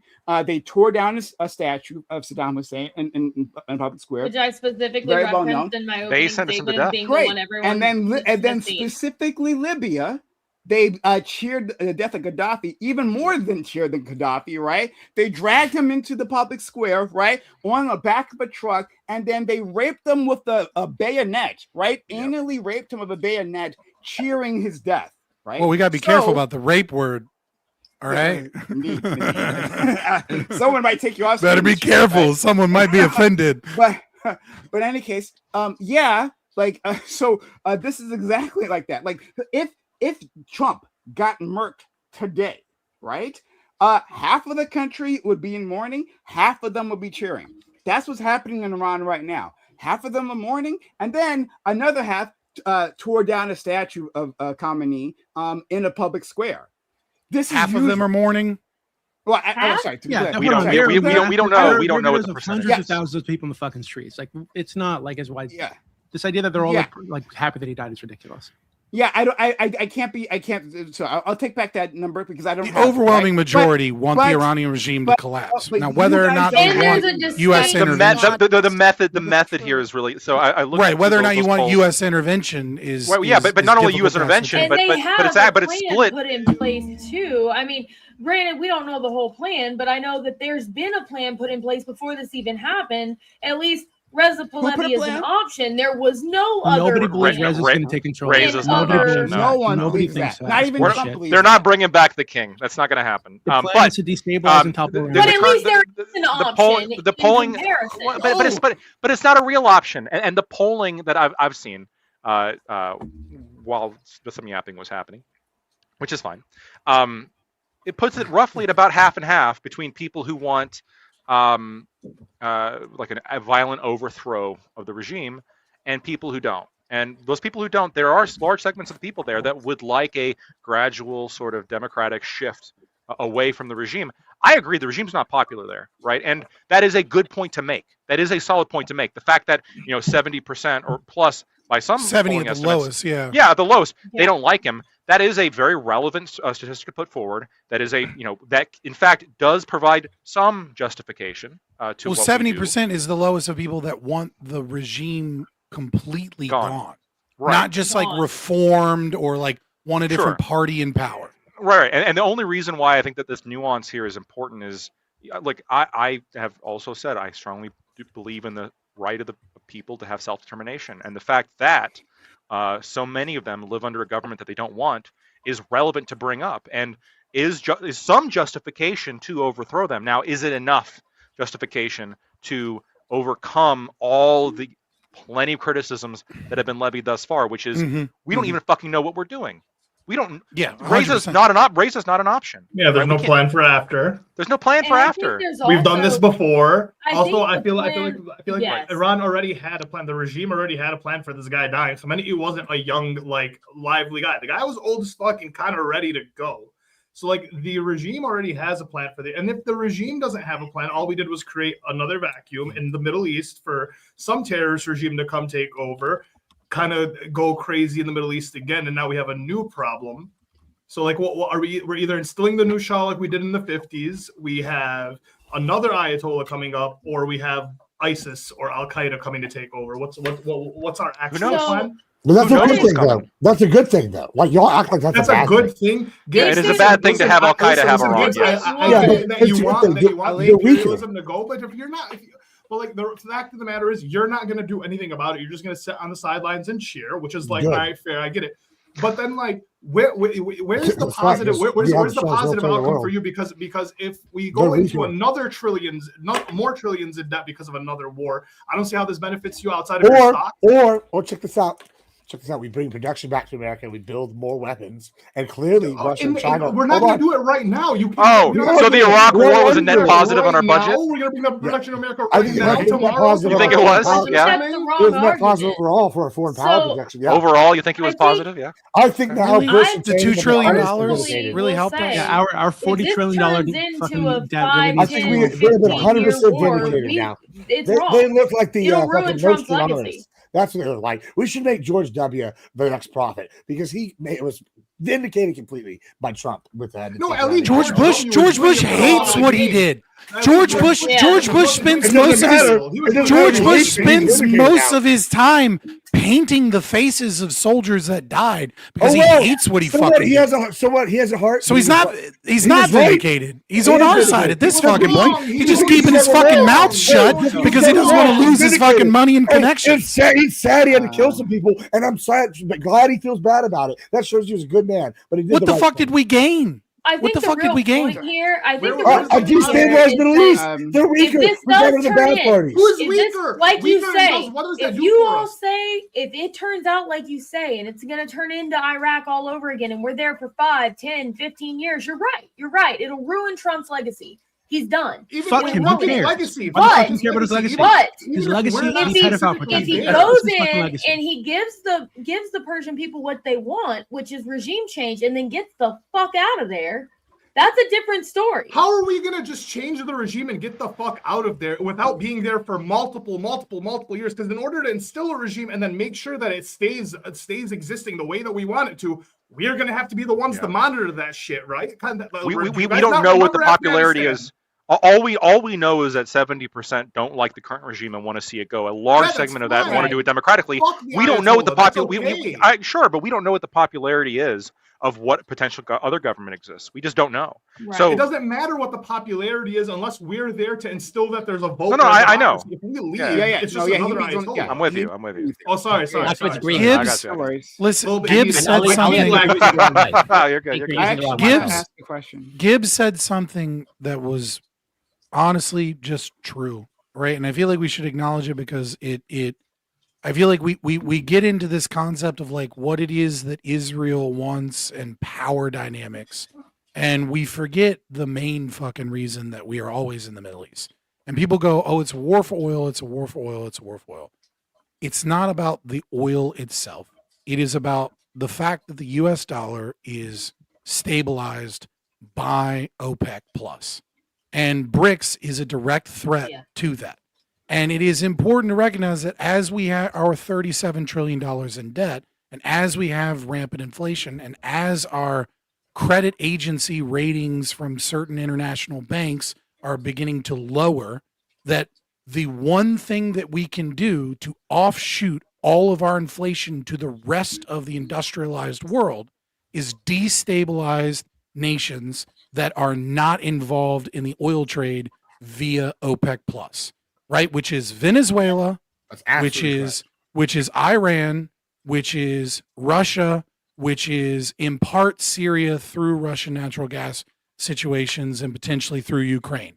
And it just so happens to be that bombs are popping off in every single region that would be necessary to maintain the stability of the US dollar so that we can continue to offshore our inflation. That is why we are there with Israel. We're not there because we have to suck Israel's cock. We're there because it is a symbiotic relationship at the expense of everybody in the world, at the expense of the American citizen, the Israeli citizen, and the Middle East. And it's like, when you ask, what do we gain? Look, I don't like this answer. I think it's fucking evil, and I think what America is doing here is evil, and I would rather take the hit on inflation and have a stable fucking dollar by pulling out of these countries. But when you ask, what is it that we gain? What we gain is destabilizing BRICS. And when we destabilize BRICS, it maintains our dollar. I do want to. Quickly, I want to ask a question to Katie. Oh yeah, so there's just one thing to add to that. This is why when I say Bush is vindicated, before that there was another power rising. It was the Ba'ath Party. They were in Syria, Libya, and Iraq. Iraq had the oil reserves in the military. Syria and Libya had decent militaries or whatever. But then they had the power across. They're going to create three countries. Libya was forming their own African currency. They were outside the standard banking system. This was an existential threat to Western economic system, right? And guess what we did? We took them out. Now that was one threat which empowered Iran, but Iran and BRICS is weaker than they could have been. It's just like you take these out domino style. So I want to test. I just want to make sure I'm using the right mic. You're good. You're good. Hear your beautiful voice. And before I ask that question, just a quick super chat from my listening library says, if we're right, the least of the worries is Trump's legacy. The potential loss of thousands of young men and women is the worst case. Absolutely, absolutely. Like that is the worst. Fuck case, his legacy. Fuck that guy. Yeah. The worst case, the worst case is falling in like 100 years because we didn't handle it now. That's worst case. Okay. So I want to. That's exactly what I meant by ruining his legacy. That's exactly what I meant. So worst case scenario, thousands of people. And here, I know this sounds like a kind of like bitch thing to bring up, but also the trillions of dollars. That's also, I'm sorry, relevant here. Yeah, it's a very relevant thing as well. Because who's going to be paying for that? Us, right? And our children. Right? Very high risk. Let's go to our to Katie. Actually, so I want to dovetail off of what Scott said, right? Scott's talking about like what the US gets out of this, right? And I think it's like it's something that's just like never reported and talked about, right? Like the petrodollar. And its impacts on our foreign policy. Right. Like that it's like it's part of like a shadow foreign policy that just like doesn't exist. We just don't interact with, right? It's like freaking dark matter, right? We know it's out there, right? But we can't measure it. We can't see it, right? But like it affects everything. So any which way. So there's that. Wait, what do you mean, Brian? Wait. Every week I come on here and talk about the petrodollar and the American military industrial complex that do using that shit every fucking week. And you said, I don't know, it's dark matter. I'm like, no, I'm sorry, friend, not for you, friend. The proverbial we, not necessarily you specifically or us on this panel, but in American political conversation, you very rarely hear the petrodollar brought up. But it's one of the most important aspects to these wars in the Middle East, in North Africa, in Eastern Europe. And so the thing that I want to ask Katie is the other side of that. So I acknowledge which everything you said, Scott. However, Israel's getting something out of this as well, right? Yeah, I said it was symbiotic. I said it was a symbiotic. It just doesn't benefit. You said that as well. I'm like, I mentioned that as well. Yeah. Scott, chill. I know. This is not. It's not in opposition to what you're saying, right? I just want Katie's opinion because she's Israeli, right? Which she likes to forget. But I'm curious as to like as you see, especially like what's happened. I'm not sure if you have any insight into this because maybe you're not watching it. You might not be looking at this, but like if you do. If you give us any insight as to what's happening in Israeli press, because I find Israeli press is extremely honest about the things that happen, especially when it's in Hebrew. But they're not so honest when they're talking in English. Like, what do you think Israel's getting out of this? Or the history of Israel wanting to attack Iran? If you know any of that, I'd love for you to share your insights. I mean, I can give like a brief of my understanding if that's what you're asking. But Israel, so when Israel and Iran used to have good relations before the revolution that brought up the current administration, and that was like mostly orchestrated by America, and they didn't realize that that's going to backfire. Like most of the times when they bring radical religious forces and stabilize a government because they don't like the government, blah blah blah blah blah. And Israel, obviously, I'm sure Israel has helped with that too. But the point is that then the current regime came up, and the current regime doesn't like Israel very much for some good reasons, some less good reasons. But Israel has wanted to attack Iran for a really long time. I actually had a friend send me a message about how Israelis are now in shelters. For example, I talked to my parents yesterday, and they're sleeping like in the safe room where I used to sleep. So that was hilarious. Because they're in my room. Anyway, but the thing is, like, no matter how much Israelis are going to be upset about what Iran is doing, like even my dad, who's considered like an Israeli peace leftist kind of guy, like a doobie type, like he still thought that Israel should have attacked hotter in Iran like the first round. You know, like he said, hey, if we were going to do this, then we should have gone all out, but not like this half-ass shit. So, like, for Israel, this is great. Israel has wanted a different regime for a very long time.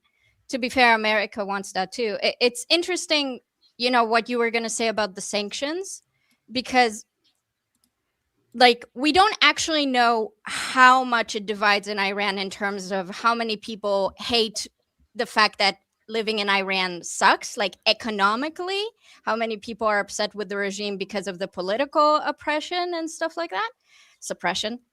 And so it's interesting that America probably could never elevate the economic conditions in Iran without changing the regime.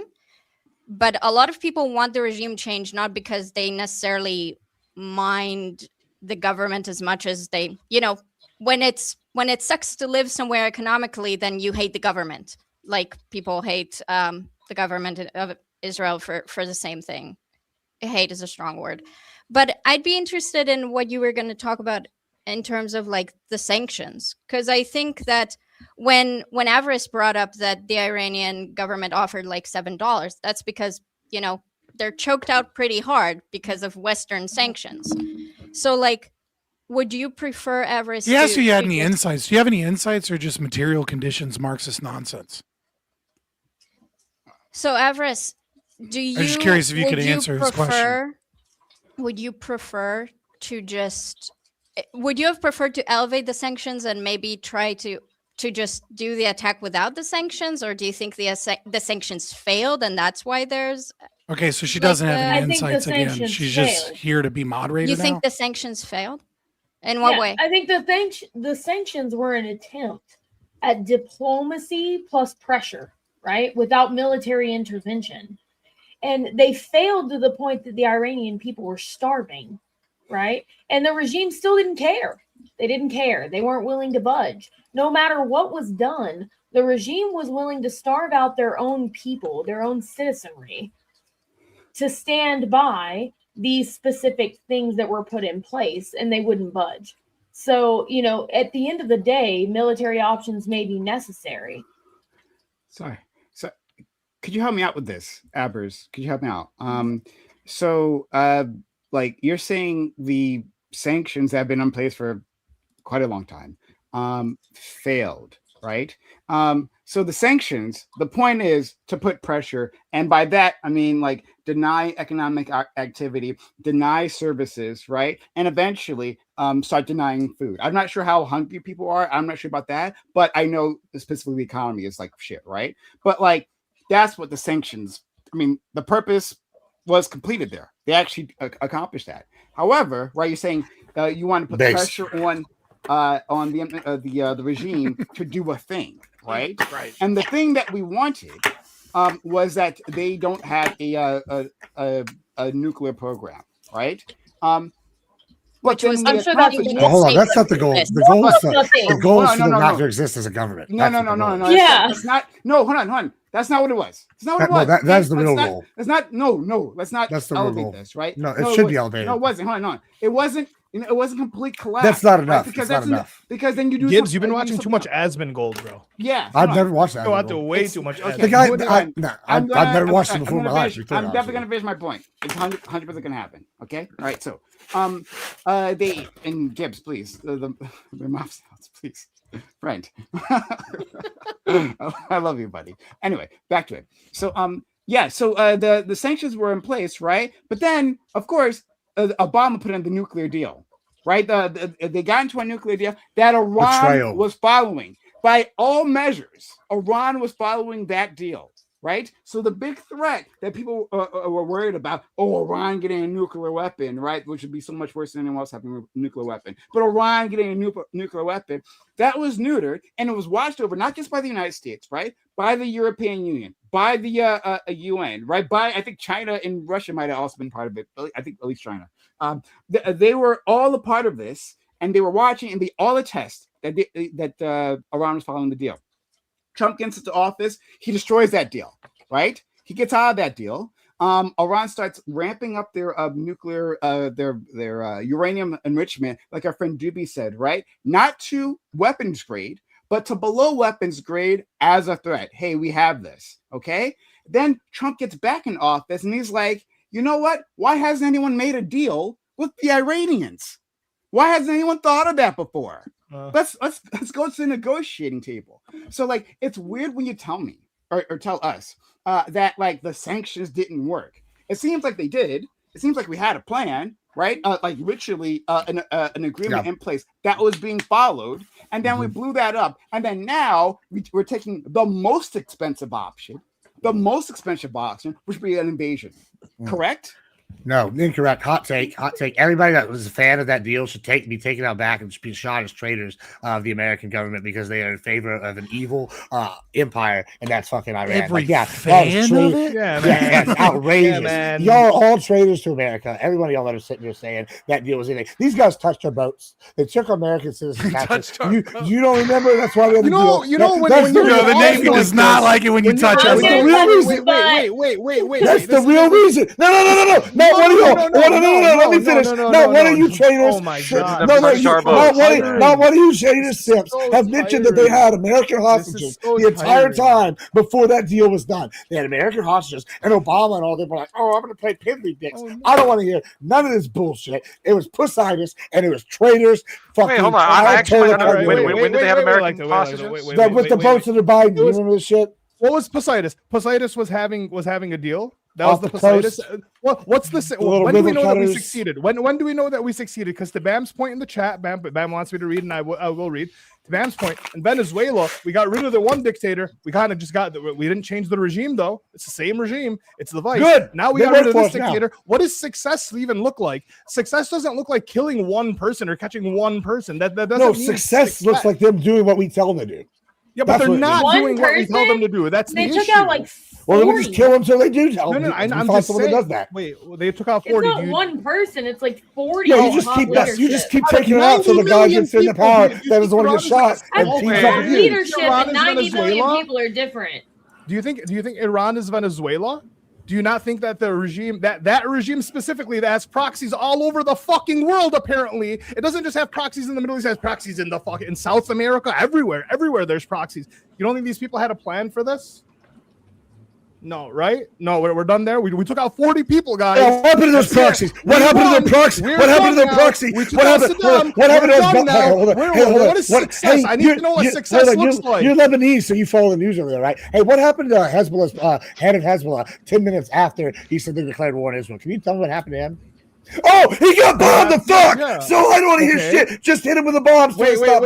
Yes, he got bombed. They got bombed by a country that apparently has the ability to input bombs into pagers years in advance. And apparently there's reports coming out that they were able to spy in on Iran's highway traffic cameras. I'm glad we picked him as our ally then, and not the the pager thing is you think like the most minimal damaging thing once again, that's ever happened. I'm not even turning this into like an ally or whatever. Crazy. But if the same tactics were used by the other side, they're terrorists. We can just admit now that the terrorism thing means nothing, right? And we can admit that we're not doing this for any protection of our own. There was no protection. There is anything. We're doing it for a regime change again because we want to flex some power. But then flexing the power costs us a lot. It costs us lives. It costs us money. So, like, once again, what does a win look like here? We don't even need a regime change. We didn't even get the regime. Yeah, no, you're not gonna drop a bomb and get a regime change, but like, you're gain. God, dude, I can't do anything right. Or change your mic. I'm not sure. We just hear Cam's looking good. Cam's looking good while you're working on that, and then we'll.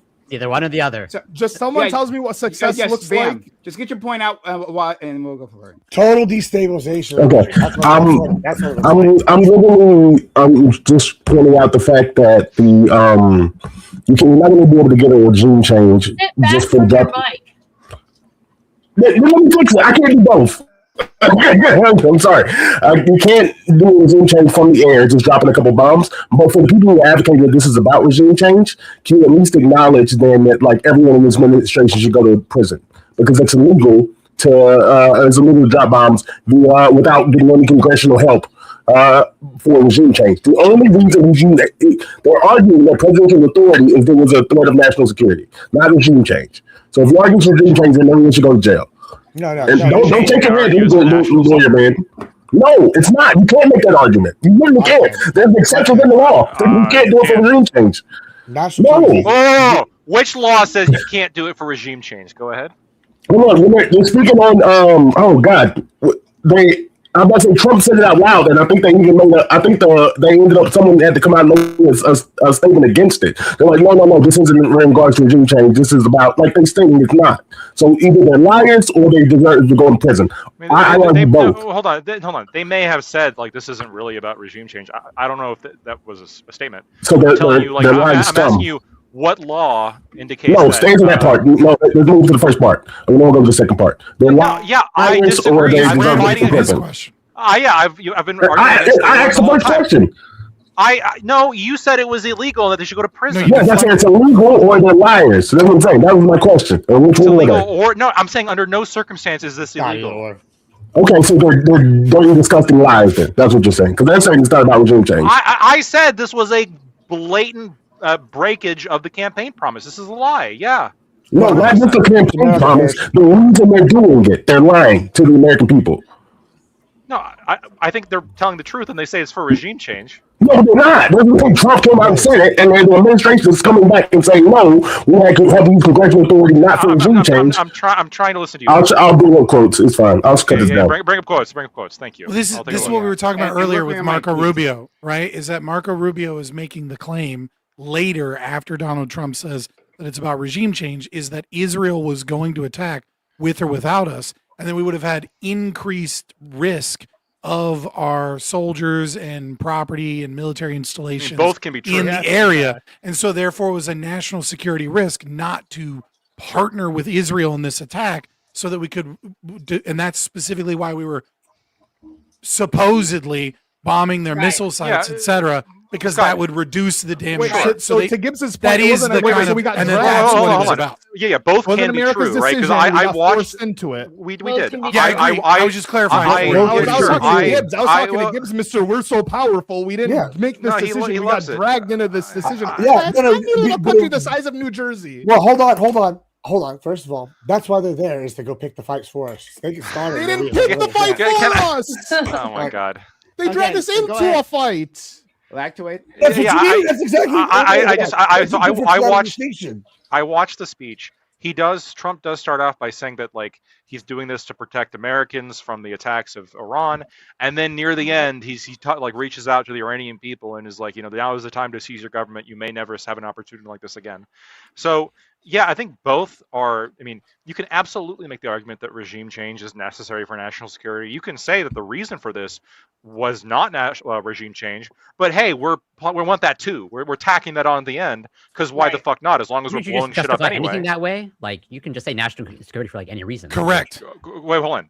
I'm from a purely legal point of view here. I am telling you, this tends to be the case. This was Obama's cited reason when he blew up shit in Libya.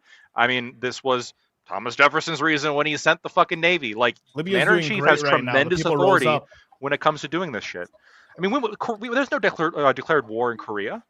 Is this any better, or am I too quiet? Much better. Oh, your first is a lot better. Much better. Much better. All right, I hate you all. Slowly but surely making improvements.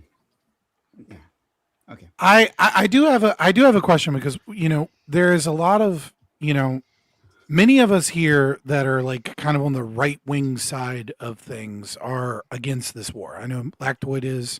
I know myself are. I think even Abby, correct, right here is like tepidly for the war. If I think is like the right description. And I think more of a moral standpoint for me. Right. My problem here is it feels like, and I'm not trying to drag this into ANCAP territory, I promise, right? Just let me get this. You're never trying. Right, here we go. Well, I mean, that's my primary goal of this proper philosophy that I believe is that, right? So I mean, it's going to go there sometimes, but I'm not trying to drag it there. But I simply ask this, which is philosophically speaking, when we were talking about the justification war, it feels like we've gotten into this like who's lying? They're all fucking lying. Okay, that's fine. Let's just put that on the table. They're all fucking lying. And there was a conversation that I thought started off interesting that we got away from, right? Lactoid kind of began it with his opening on like what are the moral justifications of war, right? And he said something very akin to what John Stuart Mill said, right? Which is that you cannot bomb. He basically said you can't bomb.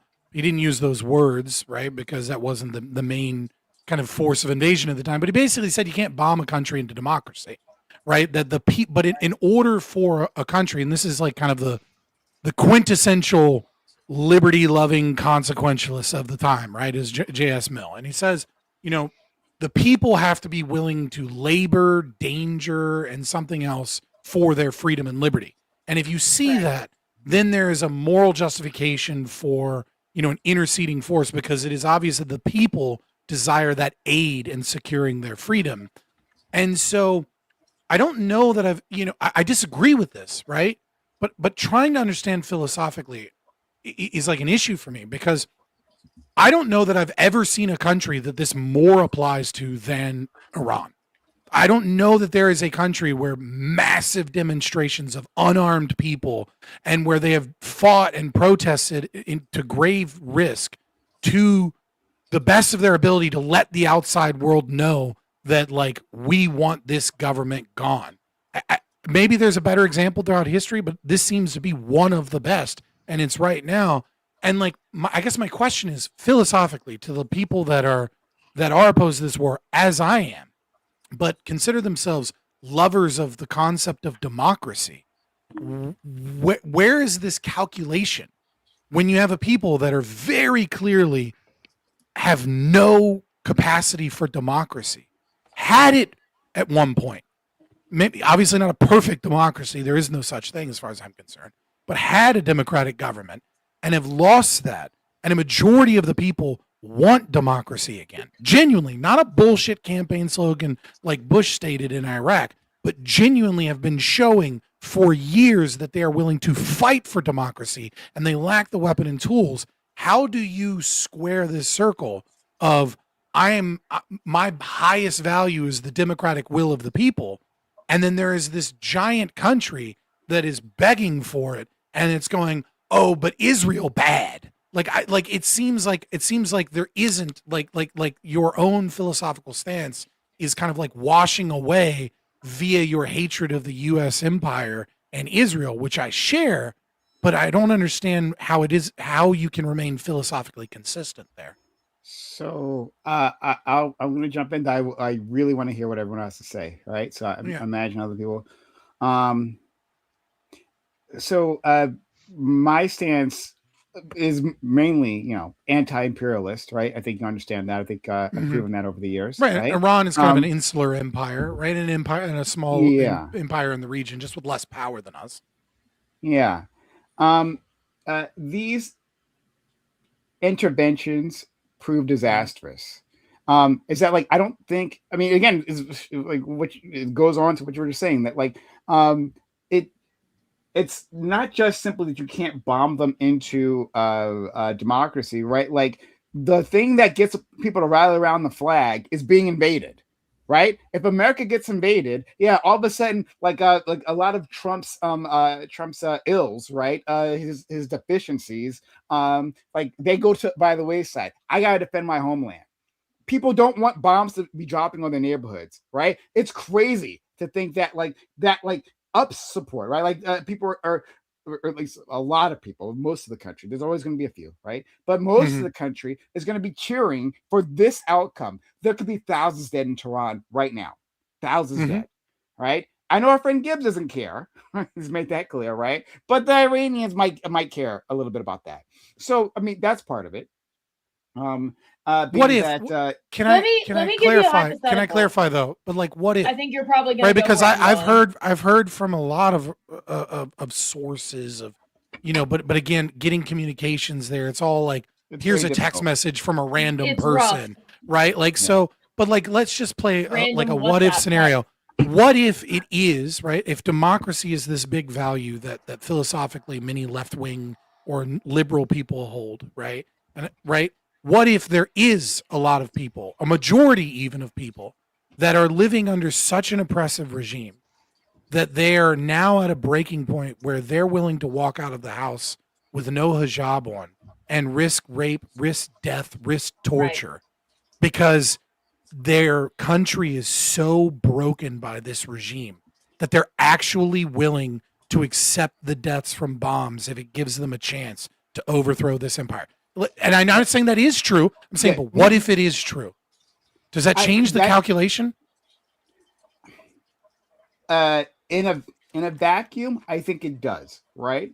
In a vacuum where if we can design a hypothetical, one of Lactoid's ridiculous hypotheticals, we can design a hypothetical where we get sorry, Fred. I don't know if that's true. But I just that's the sense that I get. But I think we're all in an echo chamber. I think what you're doing is you're looking at a risk analysis, right? Hold on one second.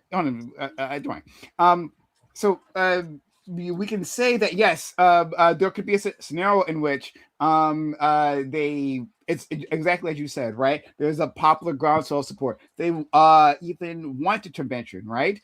In a vacuum, okay, well then if we give them intervention, then we've given them what they wanted.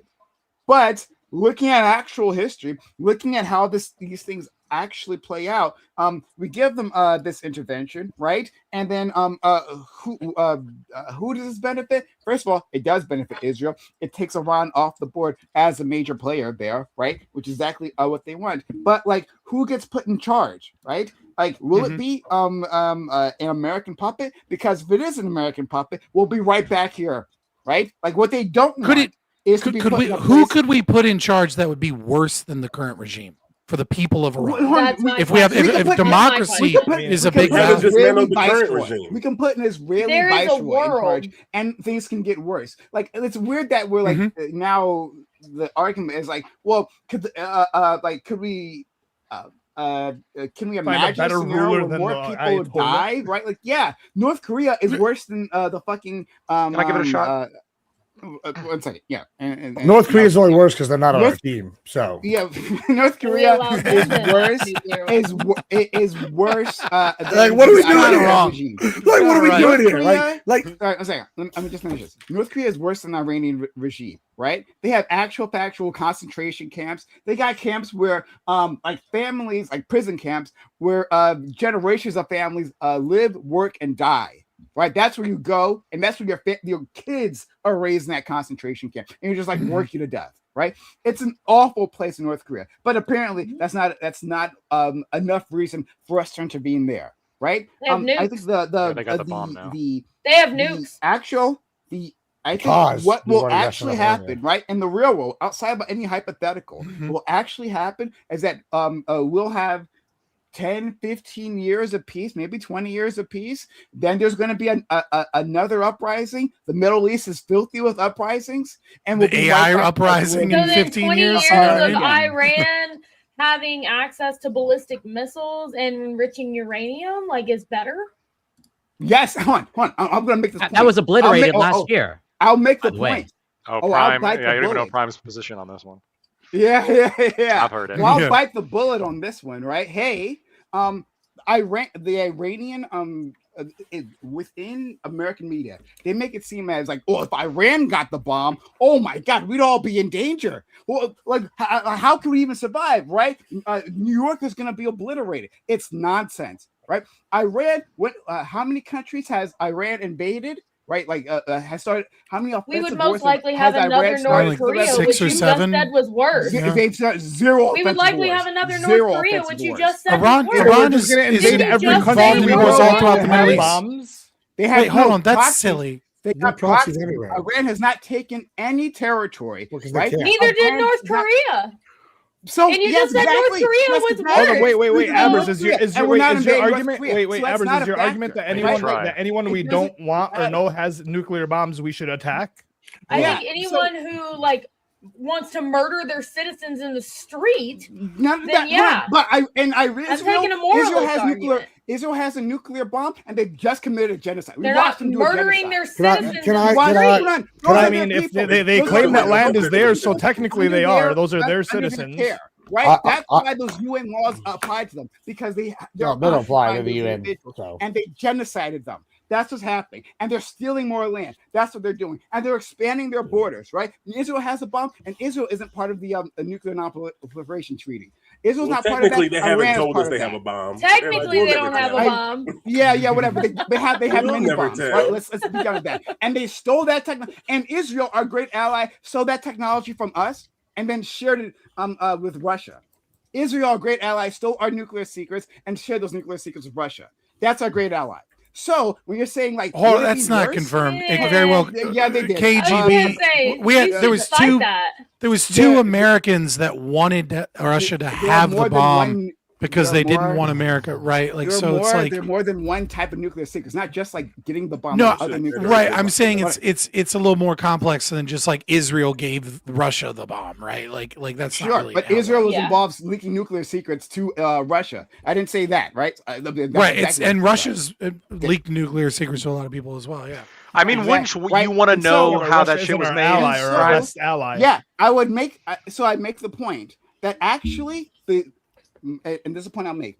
The Middle East would be safer if Iran had the bomb.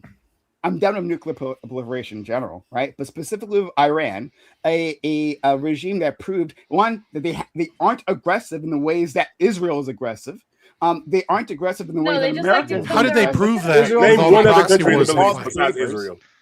So if there was... Come on, like Netanyahu said, peace through strength. Did you just call me peace Hun? Through strength. So what? Israel he said one. He's going down a list. Okay. Israel said, sorry, not Netanyahu said, peace through strength. I agree, right? Yeah, if you are strong, right, then others will not attack, right? That'll be the deterrence. If Iran had the bomb, yes, it would be safer in the Middle East, right? Because Israel would have a counterpart, and they couldn't do the things they were doing. They would actually not be able to run the wars that they could. All right. Maybe, but you said that Iran has proven that they are not aggressive. No, hold on. Come on. Hold on. They're not taking. I think he's saying they're not taking land. Hold on. Yeah, there's a bigger issue than all that. They're funding terrorism all over the world. I just want you to name another country besides Israel. Wait, so do we. So if you give them power, why would that make them more peaceful? No. Hold on. No, sorry. Okay, there's a bigger problem here. This whole terrorism stance is getting really like. I'm not even going to use terrorism around the world doesn't mean anything. No. Forget all that. This is why I said the North Korea thing. Listen, that's what I'm saying.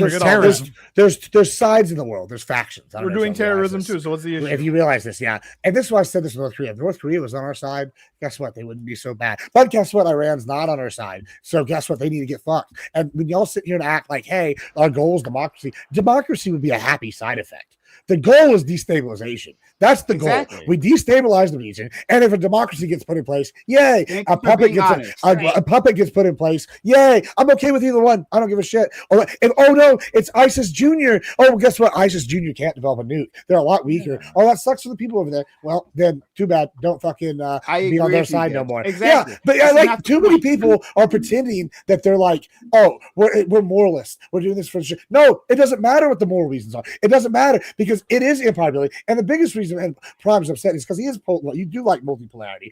But the Wall Street Journal posted this yesterday, and they said Iran is Iran invasion has pretty much deemed multipolarity never going to happen, because now that we've taken out the key energy output to the people that were going to rely on these people for their energy for the multipolarity. So now China doesn't rely on Iran. Oh yeah, they definitely rely on that oil what right now. Rely on Iran. What percentage of energy does China get from oil? Well, they would get like 80-90% of the oil from Iran. You don't think that's going to? No. That's not my question. That's not my question. Let me try to be clear. What percentage of China's energy production comes from oil? I don't know, Corey Pidley, but they're getting a proportion. That's a valid point. You're just saying. No, he's not right. How much oil are they getting from Iran? Is it getting? No, they're getting a lot of oil, but I'm saying okay. So whenever they're not getting oil, does it hurt them? And part of that goes to energy, correct? At least 1 gallon. If it's 1 gallon of oil, that doesn't go there. It hurts their energy sector in some capacity. Glad I could be of help. Yeah, but Gibbs, all he's then I rest my case. We're being over semantics again. It hurts them. They're our enemy. It doesn't need to be bigger than that. Don't argue about percentages. We have percentages to give. But friend, this is important. I hope it's 0.1% for the point. You don't have to take it as an attack. I know it's not, but I'm saying y'all are over here getting too deep on like what percentage. Details of like war and justification. It could be 0.01% for all I give a shit. If it hurts 0.0. But then don't misframe it, or at least. I mean, I'm not misframing all. You're not misframing it. Saying I have to pick a percentage point. If it's bad for them, it's good for us. Okay. But it might. But hold on. Maybe it's just that simple. Like because it's accelerating. Because is it good for the Iranian regime to get bombed? Accelerating. I didn't know it was good for them. Their energy transformation. They are far less. Good. It's one less group of people on their side, though. Either way, they're making the green revolution in China. It's happening right now. Let them try. In America, in China, right now. Let them try. Let them try. Let them give it a crack. They're doing it. They are. They're succeeding correctly. Yeah. So is Texas. I'm not worried about it. But so it's fine, and I agree. In Texas, Texas is actually doing a good job there. But anyway, but I agree with Gibbs. I want to throw this to Lactwin. I want to throw this to Bam because I think they both want to say something, and Doobie because I'm sure he has something to say as well, right? That like I'm just curious about the value of democracy in this conversation. Because the value is zero. That's what I was going to say. I know that's not your position, right? It's an internal critique of those that presumably value democracy. Yeah. I get your critique. It just doesn't matter in the real world. Better than I could. I agree with democracy. Right, but the question isn't for you, Gibbs. Yeah. So, but I agree with democracy. But I do agree with what Gibbs is saying, and that like none of that actually matters in terms of what will actually happen in the real world, in the practical world, outside of a hypothetical. Right? We're not looking to put a democracy in place. Right? That's not the point. The point is, like Gibbs said. So, are you willing to abandon democracy as a large value of yours? No, I'm not abandoning it. So it does value to you. No, that's the highest. We can support them through other ways other than invading. We can support them through other ways other than invading. That's not the question. You're contradicting yourself. No, we could not. Hold on, pause. But if you leave a hypothetical in place and it has to be an invasion, right? Then it forces to a binary, right? There is no invasion. No. Hold on. Let me just clarify, right? So there's no confusion, right? My position as an internal critique is about the concept of democracy as like a highest order or one of your highest values, right? And Gibbs's position is that it doesn't matter at all. And then you say you agree with that, right? But the problem I'm saying I agree with the goals of the nations. That's what I mean. Right. But okay. So you're not contradicting yourself. Democracy is a large value, and if you were running the ship, right, then that would be an important element in your justification of whether or not you invade another country. Correct? I think it Sure. would be impossible to calculate. Okay. So then we would have to have a conversation about that, and that's what I'm asking about. Okay. Let's go to Lactoid. Let's go to Bam, and then Doobie. Yeah, I'll answer the question directly. I have said on multiple occasions, like self-determination of a peoples, I think is a good thing, and again, given the alternatives, I suppose. And that's why I said on the first prong, my 2-prong test, Iran, this may very well pass in the sense of, let's say, like using your hypothetical, you have a large group of people who is desperately craving freedom from the Iranian regime. Yeah, I get that, right? Am I gonna I'm not gonna quibble if there was a clear strategy. If there currently was different forces within Iran that have risen up and are seizing government buildings and are promising a specific government type that is better, right? And they've organized and this is their thing, right? We are separating. We're not even separating, but we're taking over. We're replacing. We are this regime is evil, and now we have a very clear goal. We need your help. I could be sold, depending on how much steam that movement had, I could be sold. Okay, fine. We launch the bombs. We destroy the IGRC. We get involved at that point, assuming that, of course, the cost is low enough to justify the action. I can be sold on that, and there's circumstances that I have been sold on that. I haven't sold on that when it comes to the American Revolution. We didn't do that shit on our own. So the French sent generals. The Spanish sent guns. Can I clarify? Can I ask a clarifying question? Right. Go ahead. Because it's a two-parter. Number one, what if Iran is exactly what Iran is, right? Which is the population is completely unarmed and they have an oppressive regime that is very good at cracking down on any movements, isolating their internet, isolating their communications, and rounding up and murdering anybody that disagrees with them. So that the scenario you laid forward is essentially impossible. Follow up, if that is a standard for U.S. intervention, would that not then be an incentive for institutions like the Department of Defense, the Department of War, right, and programs like USAID and things like that, where they spend U.S. tax dollars to try and change media institutions, messaging, communications, apps, etc., in order to foment revolution, like they did in 2014 Ukraine and like they did with the Arab Spring. And so wouldn't it be an issue for you under your moral framework that you don't necessarily want to get involved unless that revolution is already beginning? And wouldn't that standard cause the very problems that we've seen in other countries with our own government meddling in the affairs of people to try and cause those things as a justification for war? That is a risk, and I guess I'll address the I see it as a two-part question. What if everybody's unarmed and they can't do shit? Or this is sort of similar to saying, what if the government has arms beyond capacity of what any kind of revolutionary force could have, and then they're just going to win, right? Or the amount of force keep oppressing forever and ever and ever. And death toll keeps climbing over the years. Yeah. I think that you can. It's difficult because I think you can hit a point in which, and I don't think Iran is at this. They're horribly repressive and authoritarian. I think that you can hit a country can hit a point where where unilateral action might become justified. But again, I would need like the kind of consequentialism. I would need to have like a very terrible situation sold to me. And the part of the problem is a lot like wouldn't it always reach that point though at a certain point? Because if we assume all other things being equal, that the death toll and the oppression and the sadness continues to climb as future years are considered? Because if you're a consequentialist, you have to look into the future as well. And so all of the evidence points that Iran will stay this way. Wouldn't it logically eventually reach that point at some point? So we should intervene now to stop that? You could argue that, you can make just predictions on, for the foreseeable future, XYZ bad's going to happen.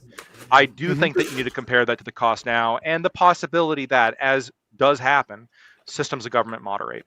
And there's also the potential of blowback that we've been talking about this whole time, in which the situation gets worse through U.S. involvement.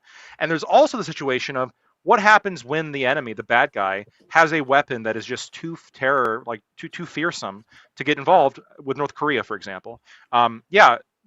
They're like horrible autonomous AI weapon targeting systems. This is why we need it first. But in North Korea, for example, they can just nuke Seoul, right? And that basically cuts out any kind of real hope that we have to be able to go in there and fix that problem. Fair enough. And I'm sorry. I would love to help liberate the people of North Korea. I think North Korea is probably the closest example you have of a people who are so horribly just oppressed that they really can't do anything about it. But they got the bomb. Sorry, they got the bomb. I don't really know what we can do about that. And in fact, the serious thing about Korea is we actually would have, I think, a pretty decent plan on what to do. Right? It comes under a South Korean provisional government and slowly gets reintegrated with the rest of Korea. That would be the plan. But they got a nuke. So I don't know. And really we missed the boat. Yeah, there was an opportunity. We missed the boat. Stop that, and they chose not to. You can argue, right? We can argue we missed the boat, but then there's also the problem of just without evidence that a nation is on the cusp of getting the bomb. No, we don't need the evidence. I know. Here goes the evidence. Yeah. Who gives a shit about that? Like, the only reason why you can go too far. Talk about evidence. Gibbs, you can go too far the other way too. You can go too far the other way too, because in the same way that you might want to step in to prevent a horrible power from getting advanced weaponry. I get that. But you can't just say, well, this country's always going to be getting this advanced weaponry, so we can justify anything and everything to them. Yeah. We've been saying Iran's on the cusp of getting a nuke for how fucking long?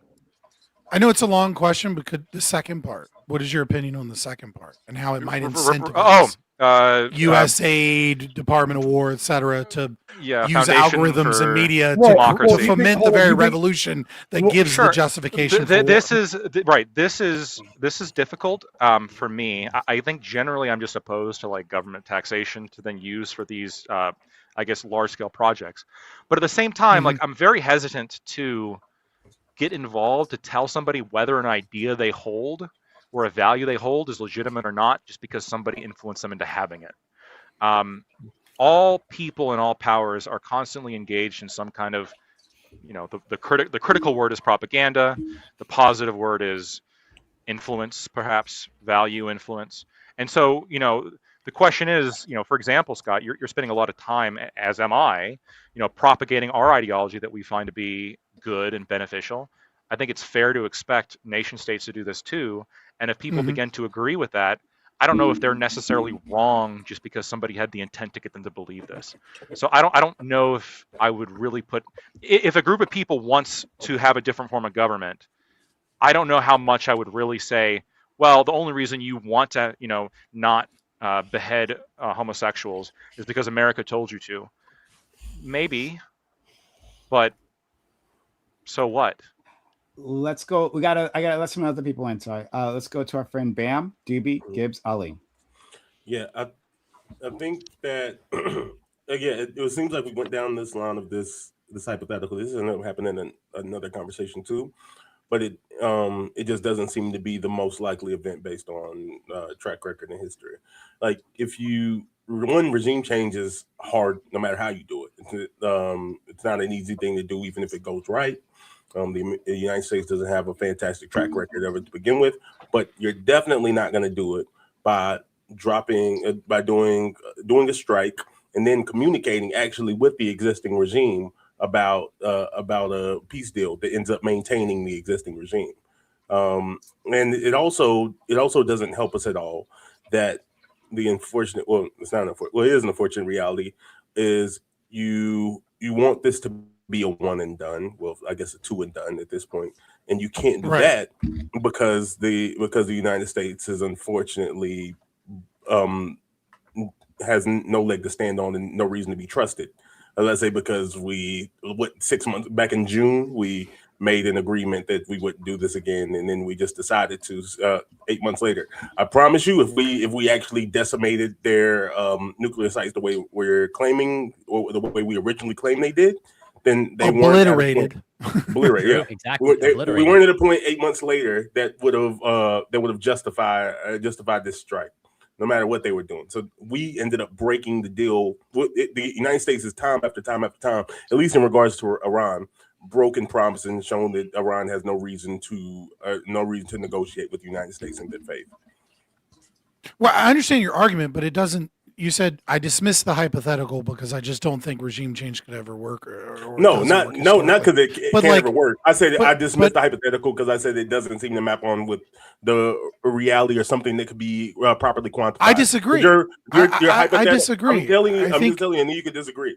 Because there was a misunderstanding. Well, I'm trying to get you to engage with the hypothetical in terms of the value structure and the belief in democracy. So even if it wasn't true, I'm still asking a question about the philosophy that undergirds this, because the question is about your question. But the prompt itself is about the concept of justification for war. So like it's not like I'm like all off base by saying, well, like let's look at the value structures. I think we engaged in it, and like I'm saying, I don't think you engage with it at all by just saying I don't think the hypothetical matches. I think that Lactoid gave you a pretty in-depth answer. I think Lactoid did. Yes, Lactoid is obviously doesn't have the same political opinions as you. Minutes, but why do we have to continue it now? Can I talk about what I want to talk about? I mean, if Bam wants to talk about something else, then Bam wants to talk about. Yeah, sure. I mean, if you just want to ignore the hypothetical, but I mean, like it is what it is. Because your hypothetical frame is framing the entire conversation. Like if we can you think of a different country where the people have more clearly shown it would be they're against their current government? For sure. So it would be like if we were having a conversation about the danger of nukes, and then I forced everyone to have a conversation like, what if when the nukes hit, everyone got really happy? Like, what if everyone was happier about that? And then you said, like, I don't know if that's the case. No, these are completely disanalogous. It's completely disanalogous. Yeah, sure. Because we're having a conversation about the justification for war. Let's move past. I'm saying that Iran. Can you name if that is true, right? No, I don't. A single country in the world right now where the people and the relevant data that we have are more against their current government. Quantify relevant data in this situation. Lebanese people hate their government, so I don't know if that counts. Because I don't know if you. I don't know. I guess who's that government ran by? Because they're two governments, really. Like they have Hezbollah. Thank you, Ali, for proving my point. It's a Christian president in Lebanon, so actually no. Yeah, but he's Hezbollah. So actually no. Hey, we're gonna let Bam finish. Okay, I'll even deal with my issue and why I chose not to engage with it, because there's levels of leaps that you have to take from. You're saying from what relevant data? Like you're saying that we can find data that shows that they don't like their regime. Sure, I believe you can find data that shows they don't like their regime, but they want it toppled. Wait, just let me talk. You don't have to. I don't want to go back and forth. I just want to talk. Right, but don't straw man my position. position. Like regime is a bit of an understatement. No, it's not. It's just a statement. No, when somewhere between 60 to 90% of the people want the regime toppled, that's very different than we don't. Like if we ask Americans, do you like the current administration? Right, like that's not the same question, right? Like that doesn't mean they want the Trump administration toppled and completely deconstructed. Will you shut up? Well, I use the word topple. Can I continue what I'm saying? That wasn't the point. I give up. I give up. I give up. You're not going to engage in any honesty. Thank you. Stop talking. If they say you want the regime toppled, let's say you find that 99% of the people want the regime toppled. I don't think you can then turn. Again, I don't think that data exists. But let's say that it did. I still don't think you can take the logical leap that decides that the United States coming from the sky dropping bombs would make these people happier, freer, and larger fans of democracy. And there also is no there are no other powers in place in Iran with enough firepower or support to end up actually overtaking this regime. So what we're doing isn't leading to any of the better outcomes to the hypothetical that you're even seeking. It just makes it actually doesn't. I won't even say it makes things worse.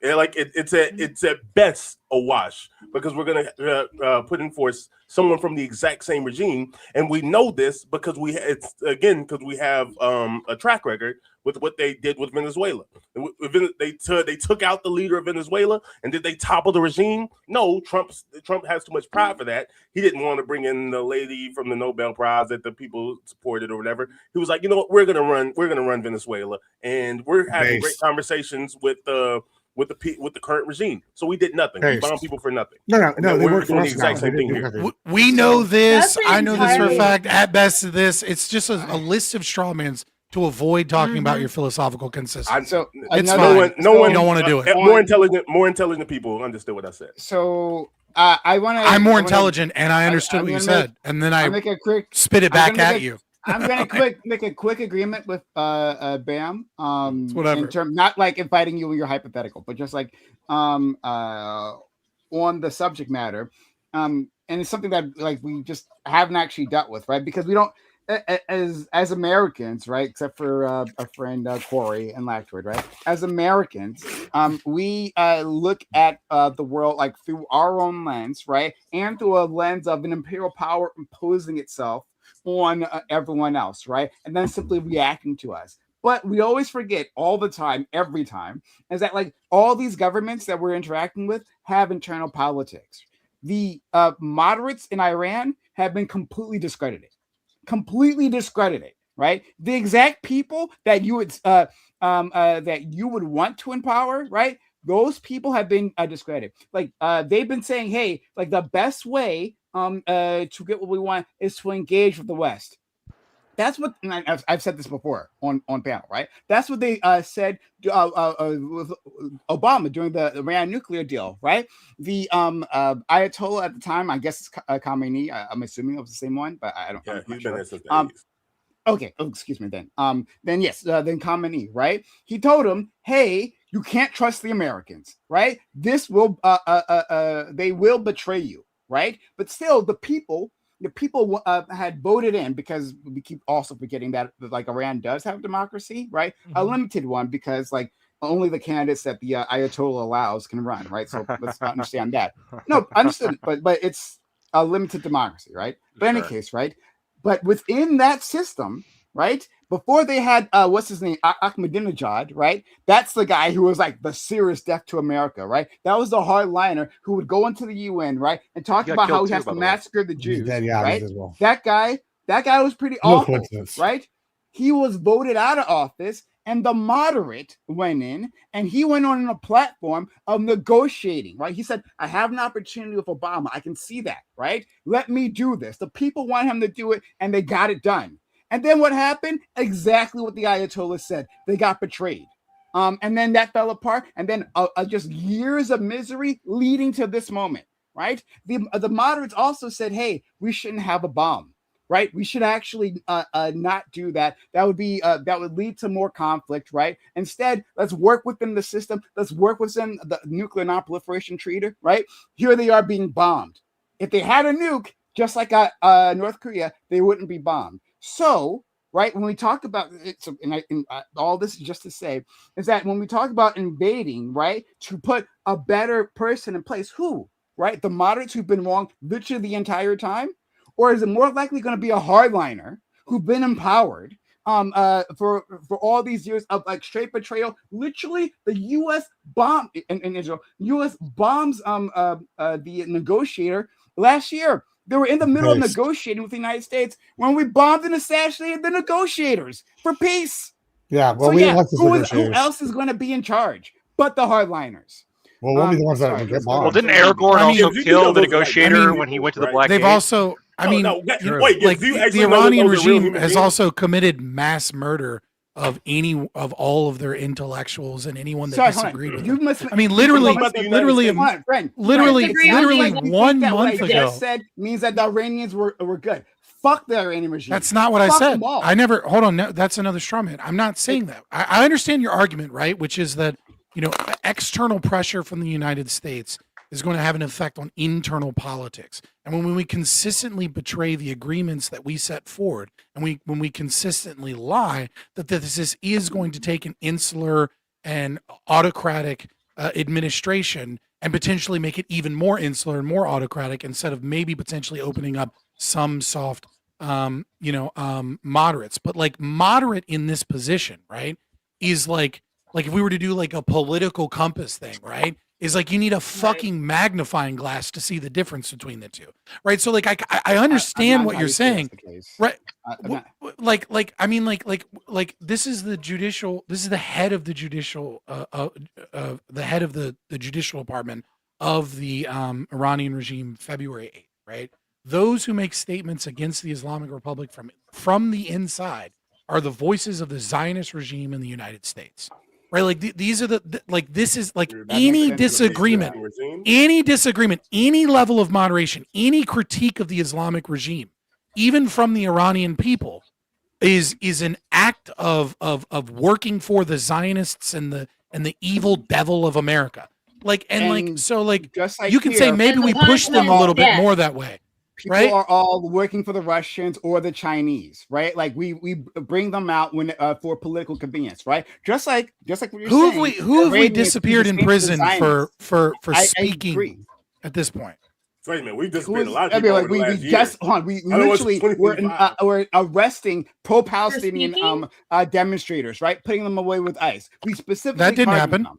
Yes, we did. Name one. Name one. 100%. Name one. Prisons. Name one. You mean the terrorist guy? It was what's his face on? I got to get his name. One that was the guy from Colombia, right? The guy from Colombia that was like that wasn't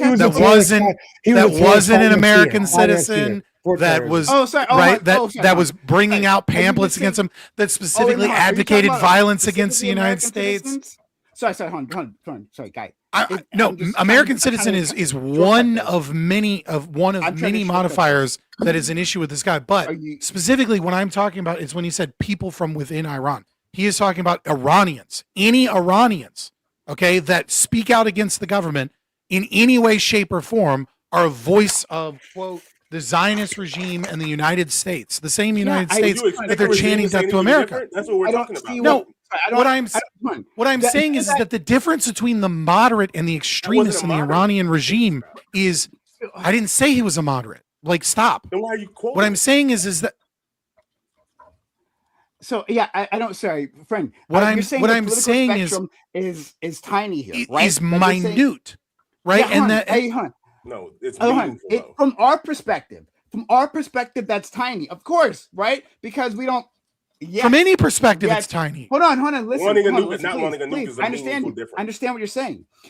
You're saying there's the spectrum here is quite minute, especially from our perspective, right? We're not living under a theocratic regime. I understand that, but that's what change looks like within a busted system. That you're going to have to take baby steps, right? If those moderates had been empowered, if we had worked with those moderates, right? If we had shown that was the way, then I'll accept that framing. I'll accept that framing. Yeah. Let's go. Especially if they're going to kill anybody who has a wider, like more disparate opinion. Like, of course, that opinion is not going to be publicized.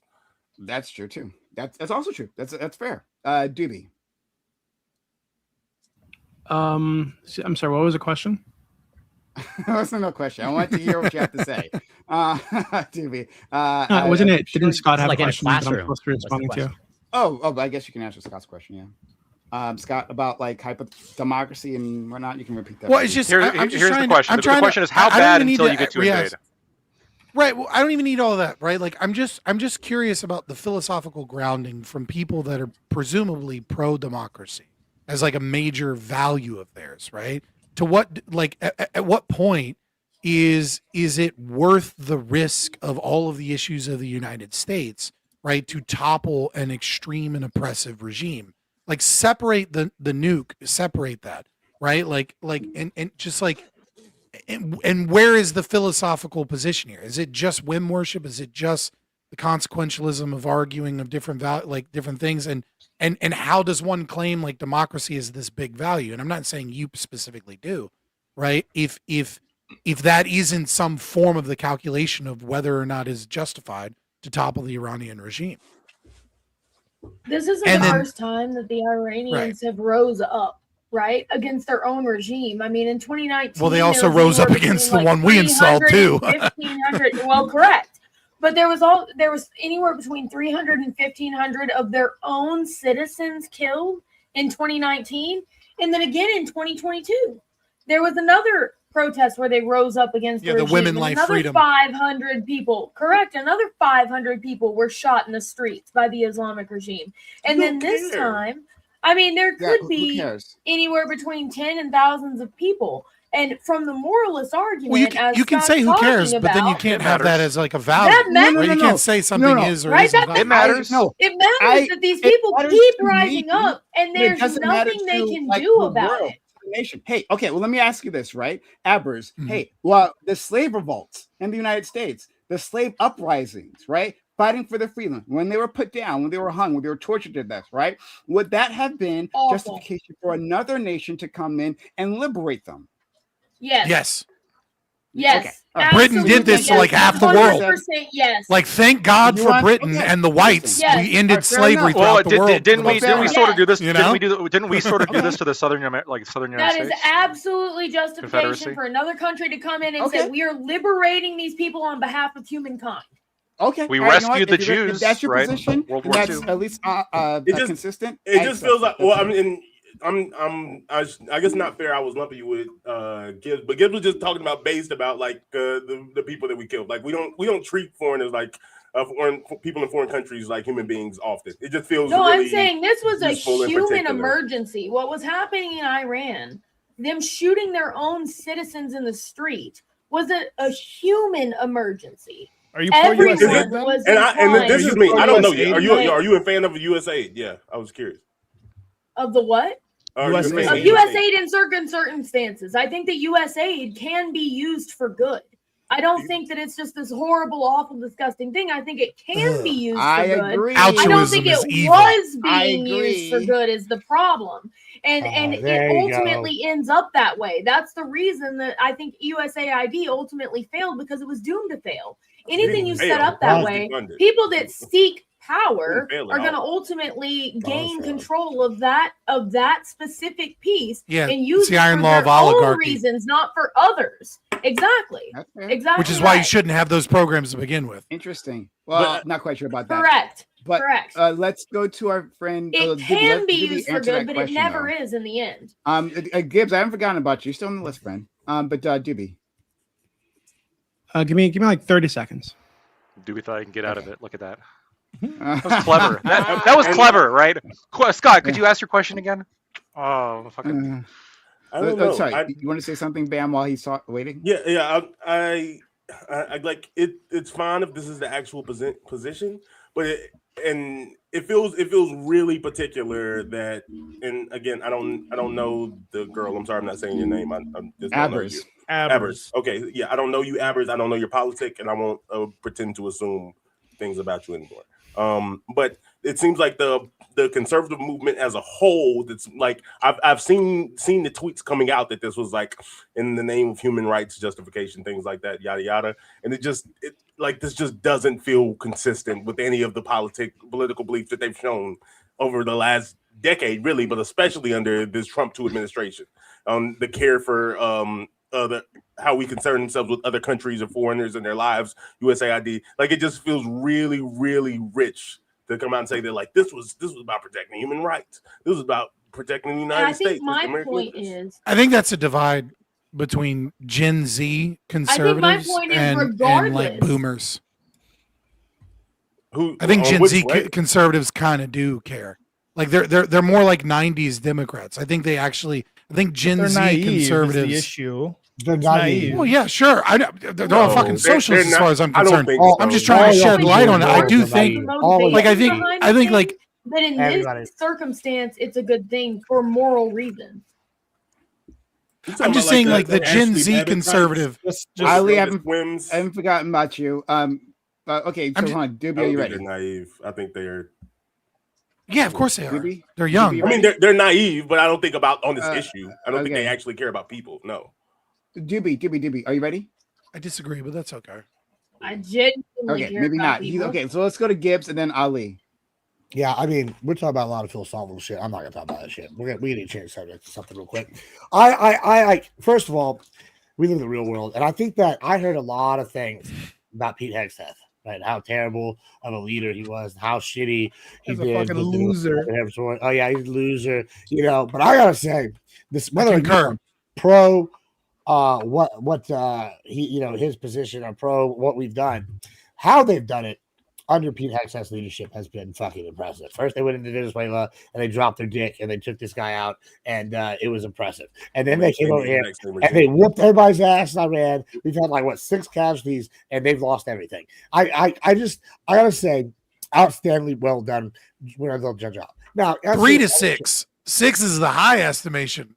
Well, by well, if you mean casualties, I think we're at 8 because that includes wounded. I'm not talking about wounded. I'm talking about dead. Like wounded should happen. Whatever. I'm talking about dead. Whatever. 6. Whatever. They've got thousands. All right. Cool. He's done an outstanding job. And so everybody that was bitching about him, shut the fuck up. Y'all fucking take it out on that one. Now, as for the other thing we got going on here with y'all's philosophy, none of this matters. And like it's great we can talk about it, but like even to y'all moralists, you're naive. The world doesn't work that way. It's great when morals coincide with reality, but reality is we'd be best friends with North Korea if they were on our team. But they're not on our team. So, like, they're the bad guys. Iran's the bad guys here. Like, yeah, they got to go. Destabilization, it sucks for those people. Tough titties, boys. It's good for America. Like, and that's how the world works. Every administration does this, Democrat or Republican, except the Democrats. So you deny the prompt. I deny the prompt. Why show up for the conversation if you specifically reject the prompt itself? It needs to be had because you're sitting here talking about democracy, and not everything has to be a philosophical conversation. Sometimes the question is inherently about justification. Cool, and the justification is because we want to. That's the justification. So it's whim worship. It's not. Well, sure, I guess it's whim worship. If you want to put it in that category, it's called what's doing best for America. And Trump's kind of thing. What's best? Define best. Best. What are the values that make best? How do you? Let's get into philosophy, right? Like you can't just say what's best. Admiral gives his bank account specifically. I don't need to have a philosophy discussion to go, oh, these things that everybody knows is good, prices of oil going down, or oh, this is going to be whatever security over this region where we control it. Oil prices going down. Yeah, like any of these things that are make America, our enemies being weaker, these are all best for America. Like it's not hard to figure out what I mean when I say that. Right, but what you mean is whim. You mean values and temporary, right? But without them being defined, then you're just saying whatever. Like what you're saying is nonsense. No, we're saying real world shit, and you're just like over here trying to take it to the meta that doesn't need to be there. Like y'all are sitting here trying to talk about the nitty gritty of the philosophical. No, I'm saying you have no philosophical foundation for your claims. Therefore, your claims are gobbledygook. It's just words. Derive something benefits. You're not in the real world when you can't base your claims upon a logical consistency. I just thought you have no logical consistency. You're irrational. Logical consistency is basically A to B to C. We don't need to go A to what about what the people think about B in China? Right. A to B to C, but you can't define what A, B, or C is. It's I've already defined it, bro. It's this personal status quo that benefits America, like whatever that may be. Like, and it doesn't have to be a philosophical. By what time frame? Is it high time preference? Is it low time preference? Bro, like this is the kind of bullshit nobody wants to talk about. Like, I mean, we're talking about right. You're engaged in whim worship. I'm saying that right now. Yeah. Okay, then let's go to our friend. Let's go to our friend Ali. Doobie, he's ready after that. So Ali, please. You've been waiting a long time. No, do you want to let Doobie go first? I don't care. I can go first. Yeah, go, Doobie. Okay, so I got the question. My son needs some attention for a little bit. So basically, democracy is not a big value to me. Right? Not that important. I know. However, imagining it were, right? I think our track record on this is fucking catastrophic.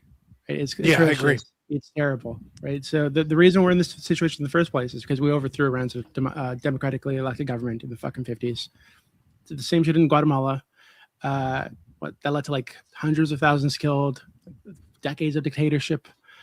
Chile. Same shit, overthrew their elected government. They got Pinochet, torture, disappearances, fucking dictatorship. Iraq, one of the stated reasons was to bring them democracy.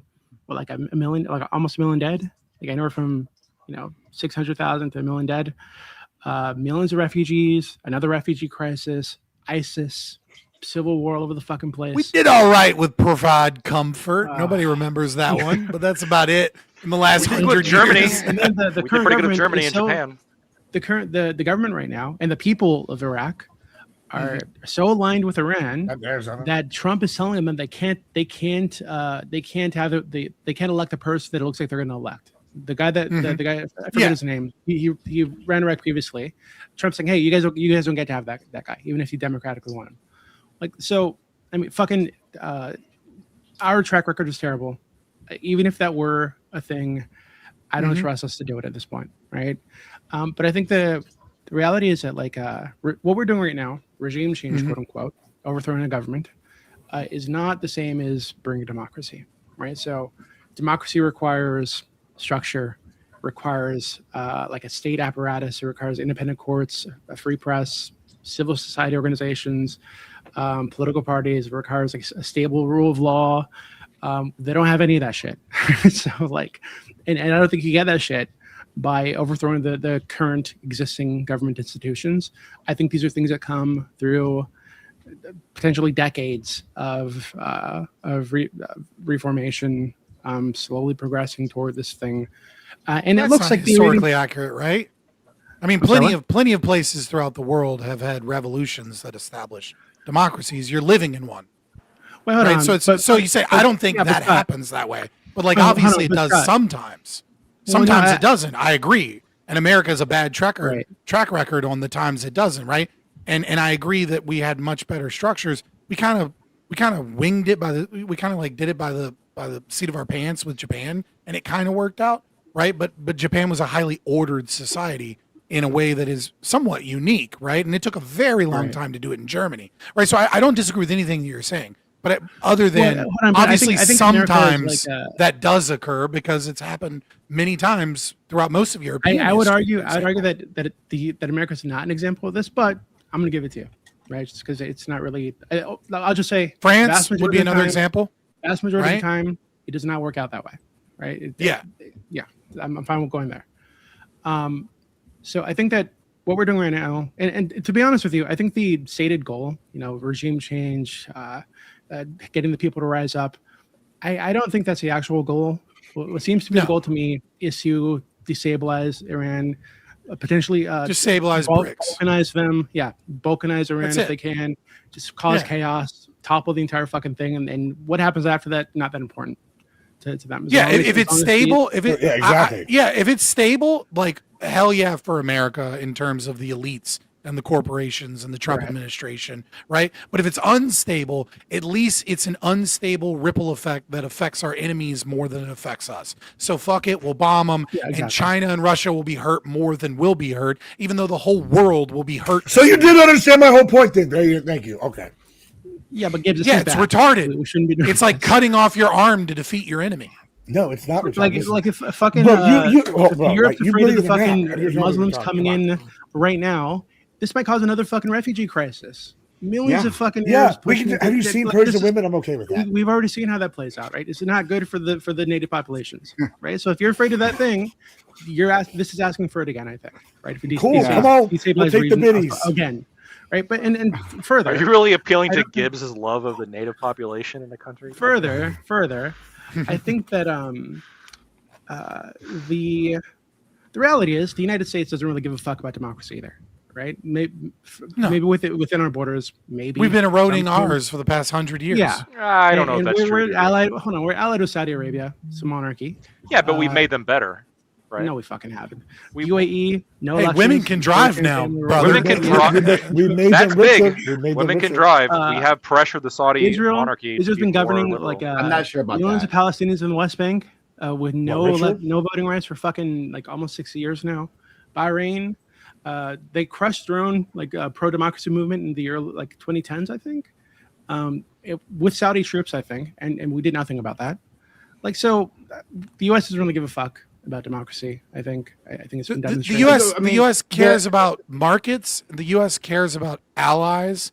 That's what they care about. They don't give a fuck about democracy. Democracy tends to aid markets, and it tends to aid allies of Western powers more than it does others. But I just want to. The goal is never democracy. Democracy is just usually a good. A little bit. Can I respond to this a little bit on something? And I'll go to you. Even And that's okay with you, Ali? When Chad said letting women drive makes things worse. Yeah. But on that point, that's what. Okay, but I'm not going to say what they said. I'm not going to say what they said. All right. But on that point, right? This but that kind of encapsulates something, right? Because the thinking there, right, and the thinking that you guys just assumed is that the U.S. because of the interactions with us, right? Because we're so great, that's why they did it.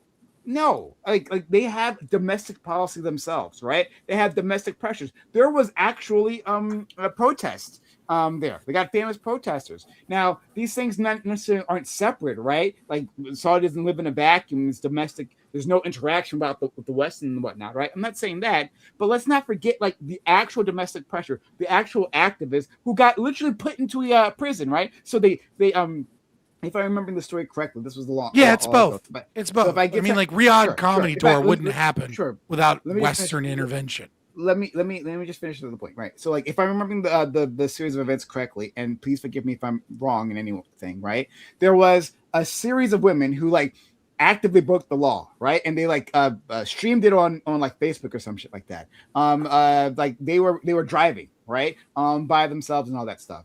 And then they get they get arrested, and then the regime capitulates. But a lot of those women like stayed in jail, and some of them were like fucking tortured, right? This is like the push and pull of the domestic policy, right? The hardliners were like, fuck this, right? We'll give you a little bit, right? Just a little bit. The women can drive, right? And the MBS, right? MBS had pushed for the driving thing, right?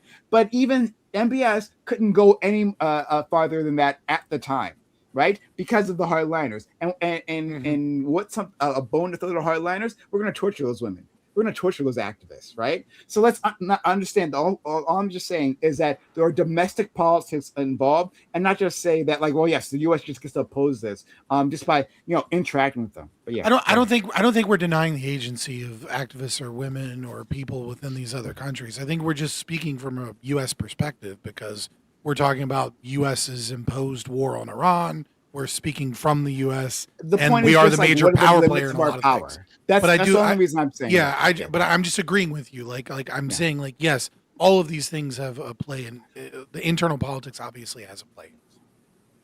Yeah, I want to disagree on what I see to be a little bit of flippant language of, well, America obviously doesn't support democracy around the world. That's just totally not a thing. I don't know if that's true, right? Like there is. We'll be critical of America when the time comes to be critical of America. But I think there's plenty of examples, and I'm sure I could probably find some meta-analysis from some lame academic somewhere. But I'm sure, like, Taiwan was not always a democracy. It was ruled by an authoritarian dictator for a long time. My understanding. Yeah. And now, perhaps it is that the U.S. pressure was looking for more efficient markets, and that's why it led to this. But hold on, I want to go through more examples because South Korea, another example. During the Korean War, they were not a budding democracy. They were a right-wing authoritarian government ruling with an iron fist. But once again, Germany, a country that Japan. You can go through. I think we all lost, these, but Vietnam. I think Vietnam would have followed a similar trajectory had we won. I think South Vietnam would have been more democratic, obviously, than it was at that time. In fact, we removed some leaders within South Vietnam for being too anti-democratic and being too authoritarian. We moved off of backing Batista in Cuba because he was authoritarian and how he ruled Cuba. Now, that kind of backfired and we got Castro. But at the time, Castro was not selling himself as this like revolutionary communist. He was selling himself as more of a moderate. And that's why we backed off of defending Batista. So I think that America does have a track record, at least not totally. Obviously, we will still work with authoritarian regimes, of course. Nobody's ever saying that we don't.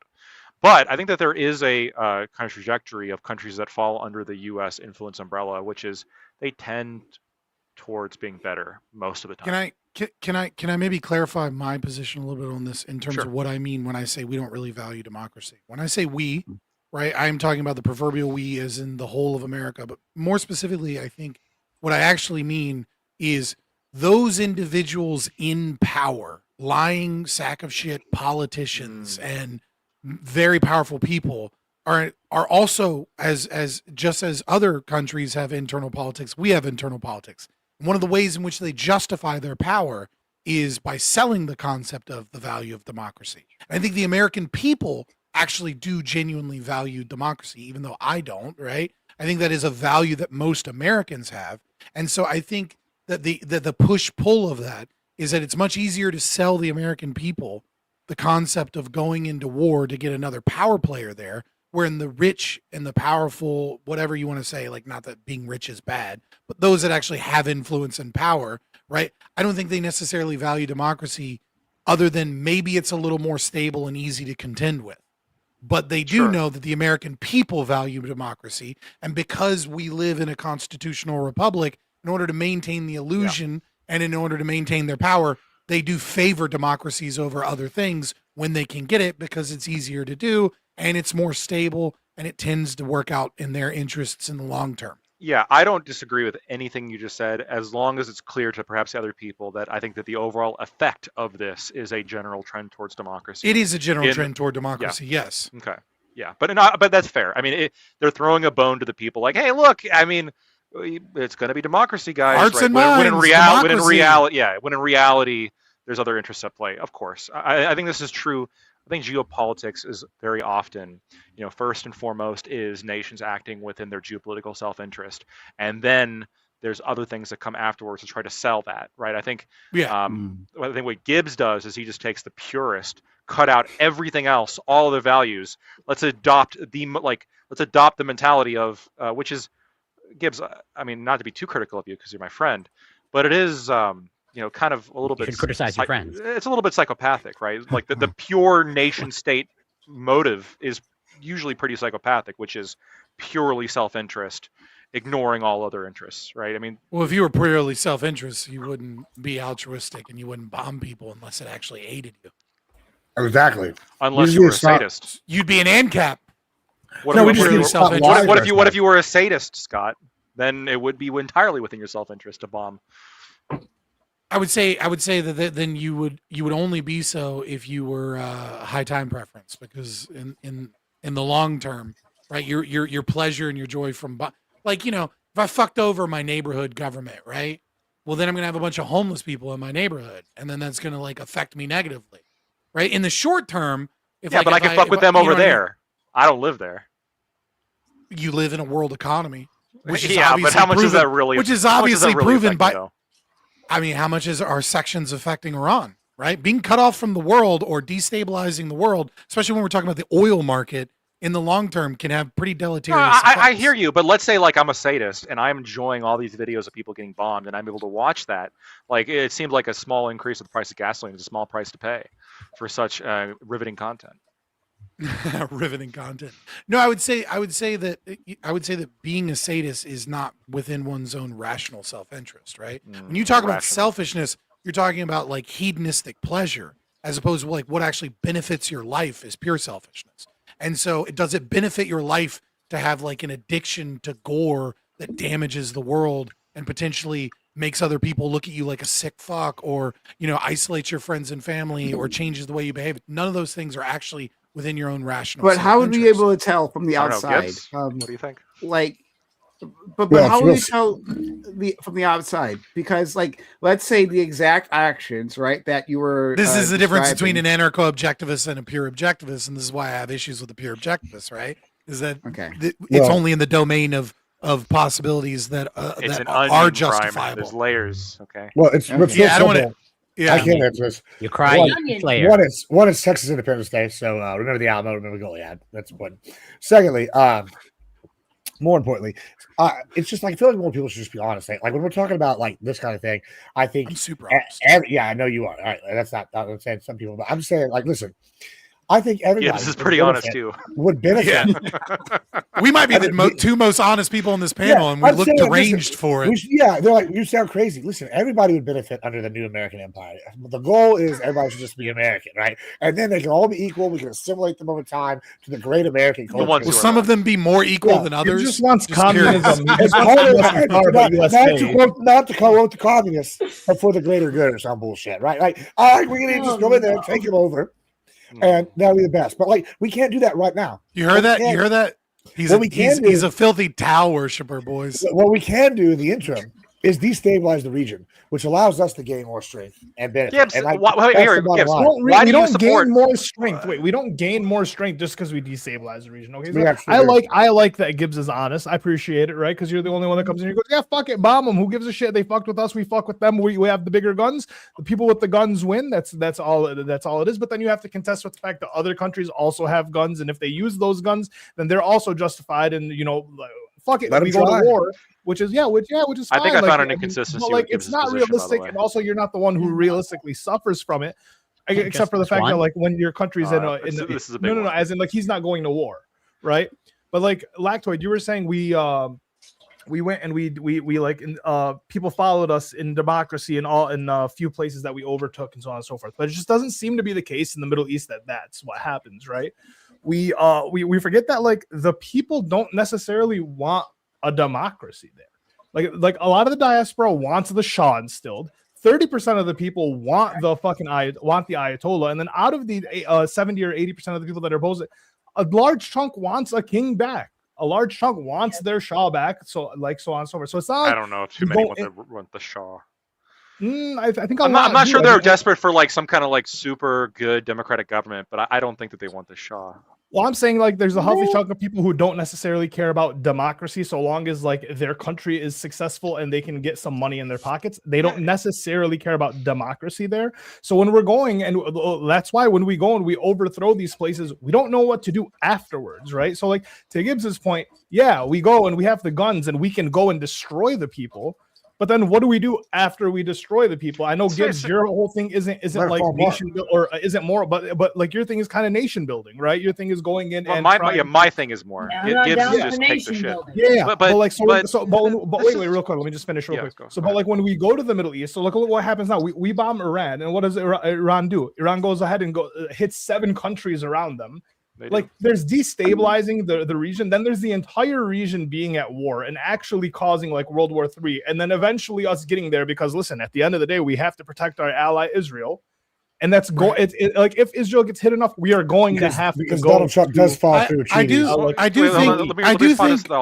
think very super quick. I do think it is important if we're going to have this conversation about what the individuals look like when a regime is toppled, to recognize that Iran is different from the rest of the Middle East in that it is not a majority Muslim country. And that is a huge difference. Yeah. Right? Like that is a huge difference. Yeah, my issue wasn't that. I said no. That's official Iranian government data, which is 99% of everyone is Muslim. Yeah, I was saying that 20 or 30%. I was saying that 20 or 30% of the people are okay with the Shah and okay with the Ayatollah, but then a large portion of the 70%, 80% that's left over are okay with a Shah, with a king. They're not necessarily for sure. No, I'm not disagreeing. I'm not disagreeing. I'm just saying it's important to note that when we talk about Middle East. The diaspora is very pro Shah. So I think there are people who are nostalgic. A lot of the people that in America, perhaps there's maybe a higher percentage that are nostalgic for the Shah because they left at that time. I think that that could be true. A lot of them in the West. I don't think that's a fair. They also had the money to leave. I don't think. Yeah, and those people tended to be supportive of the Shah. I also don't know what how many people like in the West even see the Shah coming back as even realistic. On top of that, and that's leaving aside, of course, all the people in Iran that I'm not convinced that they want the Shah back. But even Reza doesn't. Even the Shah, even Reza Pahlavi doesn't advocate for their returning to a monarchy. What he advocates for is he's going to. I mean, this is what he advocates for. I'm just going to repeat his statement. Yeah, the Israeli, the Iran prosperity project. He comes project. in and he says that he's going to, lead a transition party into a democracy of some kind, but it is kind of vague. So it's one of those things. Yeah, the guy who hasn't been in the country for like 50 years. Statement. I'm just throwing that out there. There's no transition's 100-year transition, guys. Could he? Absolutely. He could get in there. It's a 6-month transition. It'll be done in like 2 or 3 years. We did. He's not leading shit. He's the face of whatever's going on. He thinks he is. I know he thinks he is. He's not, and he's not gonna be. But to Ollie's he's point, kind of the face. People are kind of chanting his name like he's the He's- face. I mean, there could be people he's the behind face him. Not in because Iran. But our he's the government face and of the Israeli that government keeps specific pushing him as a movement. face, but he's got no support. Like I'm not this even guy sure we're hasn't really been in the pushing country for for like that 50 hard years. at this point. He's this nostalgic relic that people will point to as a time in which it wasn't currently under the government. He's almost like a living statue in that way. I think that's sort of the That's what I he mean. represents. He's the face. But I yeah, sort of. But he's not like a realistic future face, I suppose. I don't think that whatever he says. He's the propaganda being pushed. It would be a horrible mistake to put him back. Okay, we don't have to argue what the face means. We just move past that. Yeah. Horrible idea to put him in power. There's other ideas that I think would be much more successful. I mean, but Putin was the transition guy too. Yeah, well, sure. That was kind of my point. That was kind of my point. I was like, you know, Lactoid. Let Lactoid finish his point on and get the doobie. Your point of, well, maybe this just doesn't work in the Middle East, because you're right. All the examples that I brought up aren't in the Middle East. Yeah. If this is part of the reason why the second prong to me is so important, like I want to see there actually be some kind of like coordinated indigenous movement amongst an area before we step in and support it, because you could be right. It could be that like the countries in the Middle East just aren't culturally ready for the kind of self-determination that I think the peoples deserve. It is possible. I really hope that's not the case. I hope they're better than that, but I could be wrong. That's a fair point. And if Just they are, wait. then we should You take want a step them- back. When you say like better than that, like when we're going in and we're just like overthrowing their governments, and then like you expect those people to just trust that the next person that gets instilled is like good for them or beneficial for them. Like, why is it like that's not self-determination, right? That's them having, a government forced upon them. Whether or not we call it democracy. You're right. It's having a system forced upon them initially, but it's a system forced upon them that leads to the people, the human beings there, to have self-determination. The best, like look at. It undermines the system itself. Potentially, here. Do you agree that the flavor of that boot? Japan, South Korea, and Taiwan. Would you rank these three countries as more democratic than Iran? Yeah. We put in all those governments and supported them, right? Using force. Using force as in after World War II, we go in and World War II, we obliterated Japan. Yes, we obliterated Japan and we forced that government on them. In South Korea, we went in during the Korean War and we I guess didn't force the government on the government, but we supported that government in the war against the North. Okay, and Taiwan, we've been supporting that government for how long? This is a system that should continue for you. You believe that we should continuously do this, where it's like we find a country that we disagree with. If it leads to better results, then maybe. But you're saying that the Middle East just doesn't. Better results when, right? Because like if like I'm in support, maybe it doesn't happen in the Middle East. Better results for like 20, 30 years. No, but like you're still in support of the system that goes and tries to do in Asia. This it's worked out really well at our detriment or our cost. Right, for like maybe this will work. So like this is like my issue with like Gibbs or even like Abers in the conversation is that like they're talking about it as if we're done. We did it, guys. We won. We don't have to worry about any we're not thinking about any unintended circumstances whatsoever. We're not worried about any ripples. We're not looking into the future. We just know that we won. But like the issue is that like we keep trying. Well, what unintended circumstances? What do you think? What do you think? What do you think is unintended? If I go, it's a terrorist organization takes over, I'm like, that was one of the outcomes I'm okay with. Like, okay, that's not unintended. Like, this was there before. For years we've been hearing about for years we've been hearing about Iranian sleeper cells, right? What if these sleeper cells now get active and then we have a bunch of Americans? What if my uncle had kids? He'd be my aunt. I mean, I don't give a shit. Like, I mean, let him. You don't give a shit. I get that you don't give a shit because like you might not have to deal with it. But like, what if you get shot by one of these? Austin was just Austin, Texas was just shot by maybe an Iranian sleeper cell. You guys, who knows? You was just a crazy dude. I'm so scared. At what point are the terrorists in America just like they're all waving the flag and just wear the shirt that says "I'm a terrorist here to do terrorism"? Like at a certain point, like the flag and the shirt and the hoodie. You show me that flag on Amazon, I will buy it. But honestly, oh my god, Doobie. While we have a lull, I'm not kidding. I will buy it. I don't know. I think Lactoid, I understand what you're saying, but I think that this idea right? That we can just come in, and because democracy is so great, we can just impose a democracy on people, and they'll just welcome it with open arms.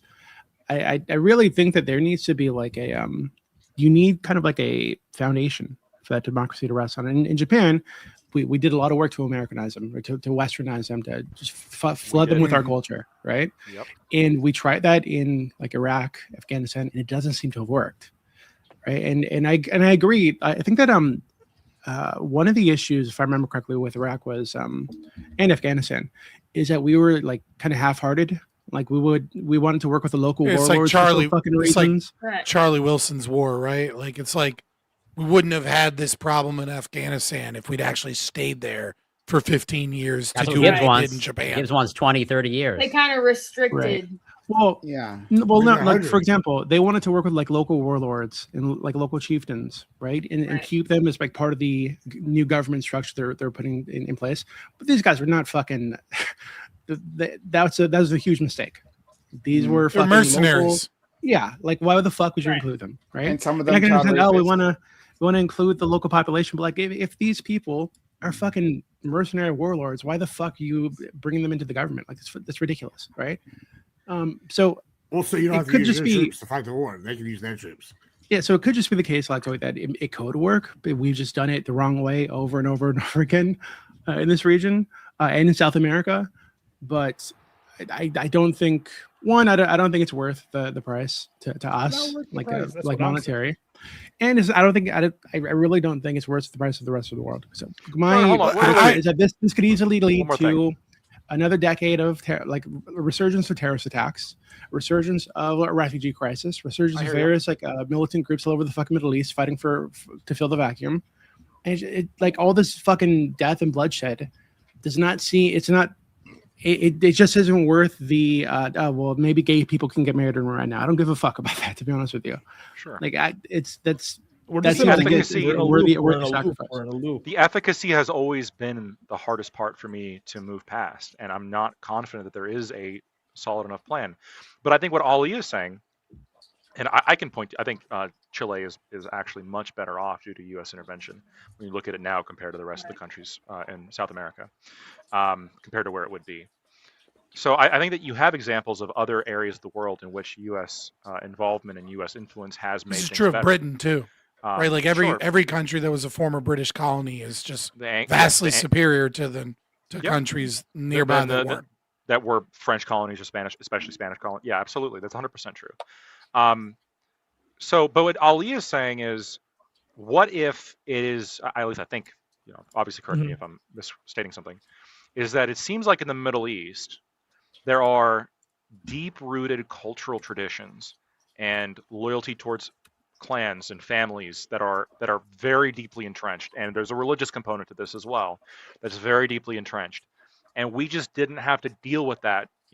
Even though Japan had some, like some quasi-religious stuff going on too with the emperor and all that, we just didn't have to deal with it in the same way when it came to Taiwan, South Korea, Japan.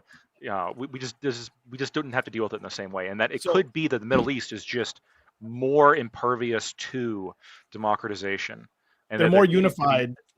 They're more unified, right? So Japan, Taiwan, all these things they're very separate, right? They're separate nations. They had separate clans.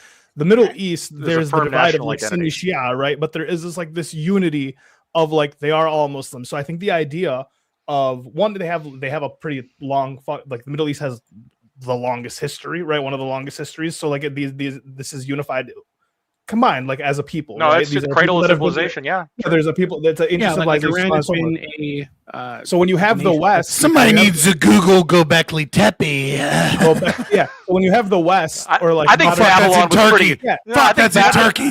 I think Babylon was pretty old. I'll give this to Ali. Okay, I think that's you have the West. You have like Western Christian or like secular degenerate nations coming in and trying to like fix things in the Middle East. Yeah, it's like people they're not gonna be receptive to that, right? That's like that's the whole idea. Can I counter that? Because I'm very much in agreement with Doobie and Lactoid here, right? That there is no fucking plan. It doesn't seem to be financially worth it. Doesn't seem like the juice is worth the squeeze. Wait, you're in agreement with me too, then. further. I'm a step further than all of you in that I don't think that the U.S. government is justified in any war ever because the U.S. government itself isn't justified.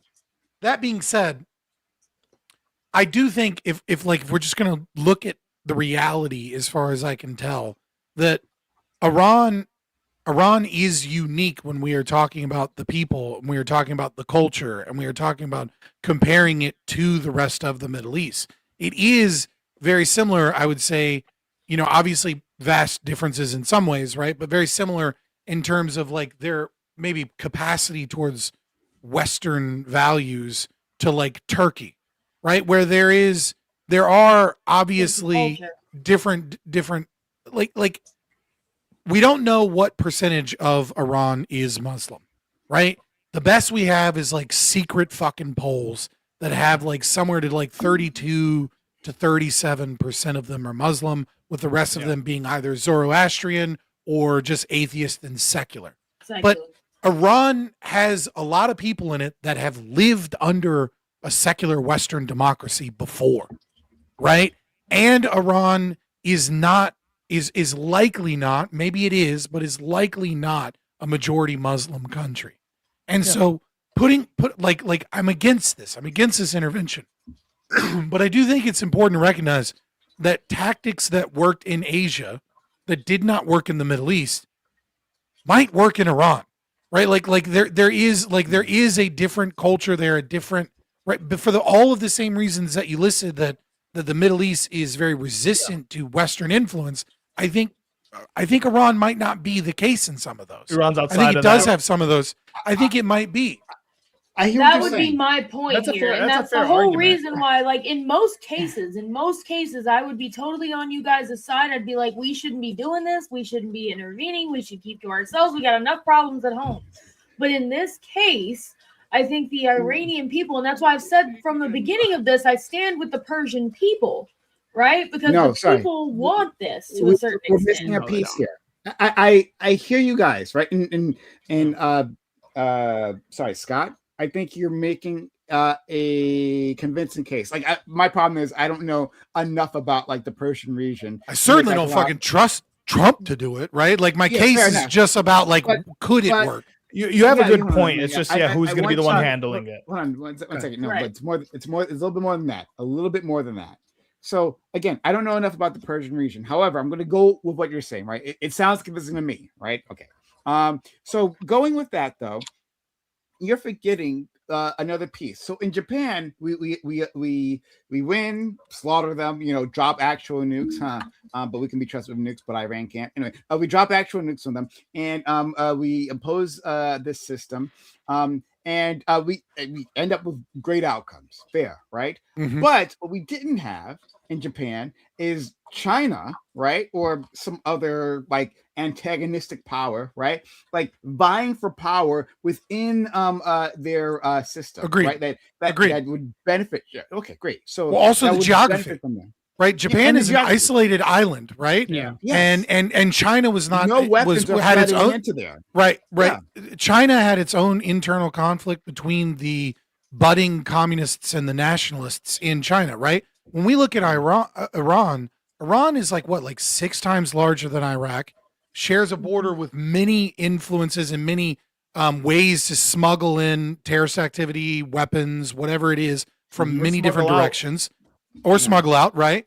It also has diverse regions in terms of climate, right? Where people are separated in terms of culture and ideology just based off of where they live, right? Like, so there are a lot of challenges that exist in Iran that do not exist in Japan. I am simply stating, as devil's advocate against my own position, which is I don't think it'll fucking work. That like the culture there is different, and the religiosity is different. Also, several of the Gulf states have come out kind of on the side of Israel and the U.S. and the Gulf states have been telling we might have influence from UAE, Kuwait. There are other players in the region that might help us modernize. No, but that's the problem. China's a big player in Iran, that's a big deal. Problem. It is, and they've not You're saying we got buy-in from the Gulf states, but that's the problem. They got buy-in from the Gulf states who are all puppets of Israel, who are all signing the Abrams Accord, who have all tried to undermine Iran for the. Well, yeah, now you have the Sunni Shia But if you thing look going at on. China and Russia, just because they China happen and Russia to share is a good point, but just when you because look at none of that, hold on, that doesn't matter. Hold on, not to the point that I'm making. Just because they Salafism, share yeah. a religion, right? Well, mostly, right? I don't know the demographics that our friend Scott's talking about, but anyway, still, just because they share that doesn't mean they have their interests, right? They don't have share their the own religion. power plays, They just don't like share religion at Iran. all. Just like Iran had its own power plays when it was like intervening in Iraq. During when America was invading, right? They wanted to neutralize the Iraqis. They wanted to put a favorable government within Iraq to undermine what the U.S. was doing. Again, another like confounding factor into this, right? And so why I'm saying the confounding factor into this invasion is Israel. Is the Abrams Accord that actually sabotages this whole thing, and we're not actually dealing with that. Well, wait. To Scott's point. Yeah. In the region, right? Like if Israel and the Sunni countries are signing the Abraham Accords, right? Because that's what seems to be happening is the Sunni majority countries are signing the Abraham Accords. Then them assisting in taking out Iran is like more. It's beneficial to them, right? Because like they don't share. Like, although they share a religion. People of Iran. That's why I don't care if it's They do. No, but it's they not don't beneficial to the at the people same of time. Iran. There's a No, big it's not difference beneficial for the Sunni and well, Shia. that's what I was talking about. So yeah, yes, because everyone forget. Well, we creating forget, a democracy. Like, that we're going to undermine that. That's what the I'm UAE, saying. yeah, the UAE and the Sunni countries that run under theocracies themselves aren't going to sit here and let a secular, right? They're not going to want a secular nation in that would be around. They're not going to want a Christian nation that would be around. They're not going to want a Zoroastrian. So they're going to want doomed to still a fail. Muslim nation, right? Which is now going to conflict with Israel's issue, which is they don't want another Muslim nation, especially one the size of Iran. Israel doesn't, and Israel especially doesn't want a democracy. They're going to pretend like they do, right? But they don't want a democracy because a democracy of the people of Iran, right? What they're going to vote for is always against Israel's interest. Is always, I mean, they already support like assisting the Palestinians, right? That's a big reason why the Israelis wanted to invade in the first place, because Iran, through its proxies, has been supporting the Palestinian cause, and that's a big fucking no-no. So there is no way that like after this, right, the Israelis are going to sit by and let an actual democracy get in place, because that sabotages the whole point of it in the first place. They need a viceroy. They need a viceroy.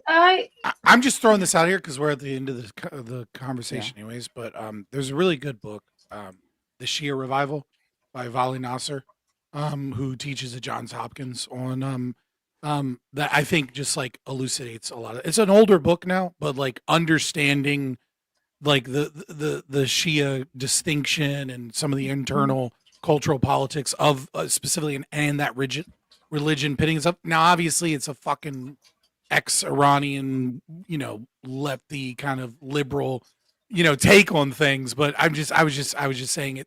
I think it's a good book, especially as we're talking politics. As we're talking politics in a fucking, and we're going to war with Iran. You want to read up on something. It's a good one. I just want to make sure short read. People who had their hands up. Doobie Gibbs, did you have anything else to say? I was just going to add on to Scott's point, which is that Iran did have an elected government, right, before the Shah that we overthrew. Mm-hmm. So they did do this on their own, before we fucked it up, right? So it is possible that there are enough people there who remember what that's like and still support that kind of system that would be, willing to push them back to that. So it is possible. Okay. Wait, when did Iran have a democratic that people can remember? When was this? Before the Shah. Yeah, it was right before the Shah. I don't know necessarily when the Shah was in the 50s, right? Yeah, it would have been the 60s. Like 50. Let me find out. Okay, yeah. Okay. Cool. Well, just making sure. Fuck, that's a long time ago. Actually, they might be dead already. but the point stands. That's, what I was thinking. He was overthrown in 79. Yeah, but before That's the when Shah was is when. But yeah, but we're talking about like a democratic. That was Like in the Shah was 79. not democratically elected, right? No. But so the people that were pre-Shah are going to be few and far between. Like there's not very many of them that are going to left alive, right? Like these are the same age as like World War II veterans, right? But the thing is that my argument isn't the concept of. I'm saying the concept of democracy is not foreign to their culture because they grew up in families that might reminisce about it or talk about it, etc. And furthermore, under the Shah, they were still westernized. They were still fairly secular.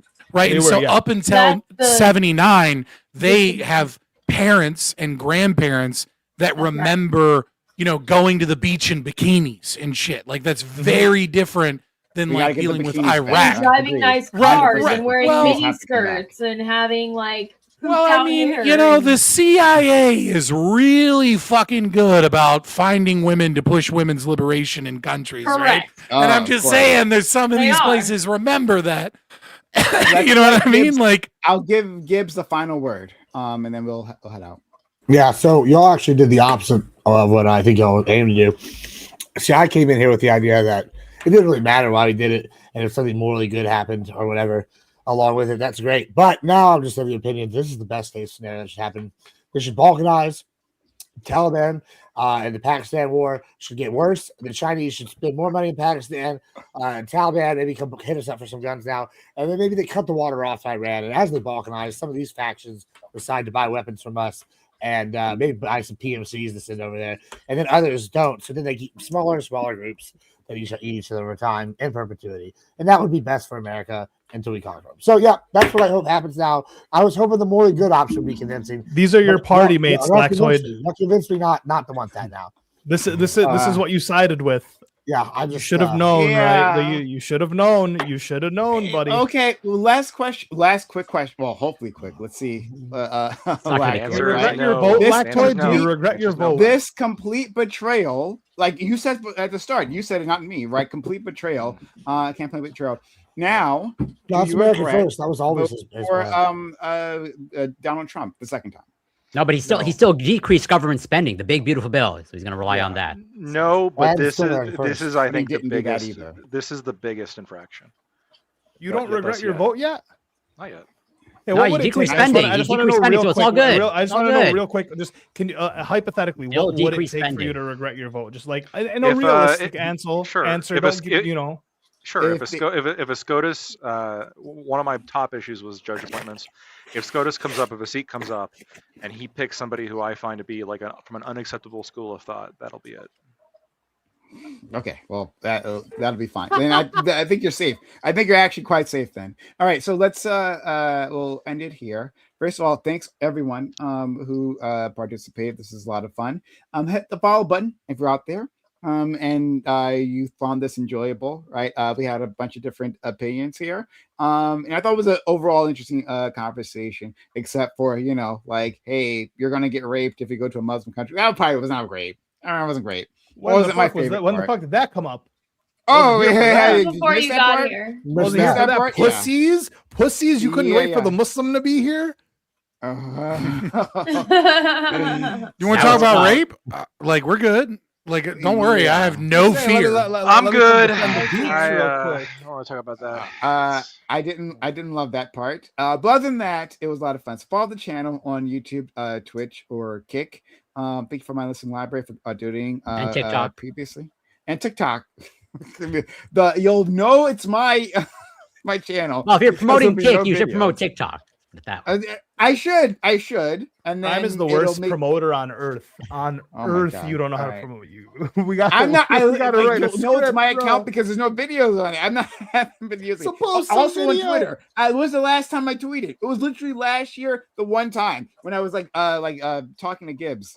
When Gibbs and I were going to go on Tim Pool. All right, so least streamer ever. And then before then, it was like I hadn't tweeted for 2 years. But yes, you can follow me on TikTok too. Or sorry, Twitter as well. Anyway. Thanks all. I'm going to give an outro to all these amazing individuals who are wonderful and beautiful. So yeah, thanks so much, Lactoid. I'm really appreciative of you and your perspective on this. And thanks for at least being quite honest, right? As always, you're always quite honest with your opinion. So yeah. Yeah, I'm Lactoid. You can find me at Lactoid TV on Twitch, Twitter, and YouTube. Okay, thank you so much, and thank you, Corey, for being here as well. And making snide comments at Lactoid. Always a pleasure, and I'll try to never stop doing that, whatever my minimal contributions are. But I still remain unconvinced in terms of my position. I'm still didn't so move far. You, Corey? No, he did not. With his "I don't care, just good for America" blah blah blah. And still, no surprise, no surprise, still a pedophile protector. That's what I expected. So he fulfilled the prophecy as I expected. But I do want to take some time to shed some light on another issue. Okay, very critical issue where maybe a revolution is starting in Canada, where in British Columbia, they announced that they're adopting permanent daylight savings. And I think that is a great thing that hopefully the rest of Canada follows suit. I'll bet you can find me on Twitch, Corey Campbell 84, Twitter, X, YouTube, Instagram, Substack, TikTok. It's Corey Campbell. And the Bears, pleasure to meet you. Ali, Doobie, Scott, Gibbs, Lactoid, always a pleasure. Love you, Brian. Hold on. 1 second. Maybe I don't like that. My only problem with like permanent daylight savings time is that like it puts us. I don't care. It's a bad position. No, you're wrong. No. But it's the best outcome, Prime. It's the best outcome. You're wrong. It is. I'm not sure about that. But there's more sunlight later on. It's definitely worth it. I don't care. That doesn't matter. That doesn't matter at all. Hold on. But okay. I would love to talk. Black people need sun too, Prime.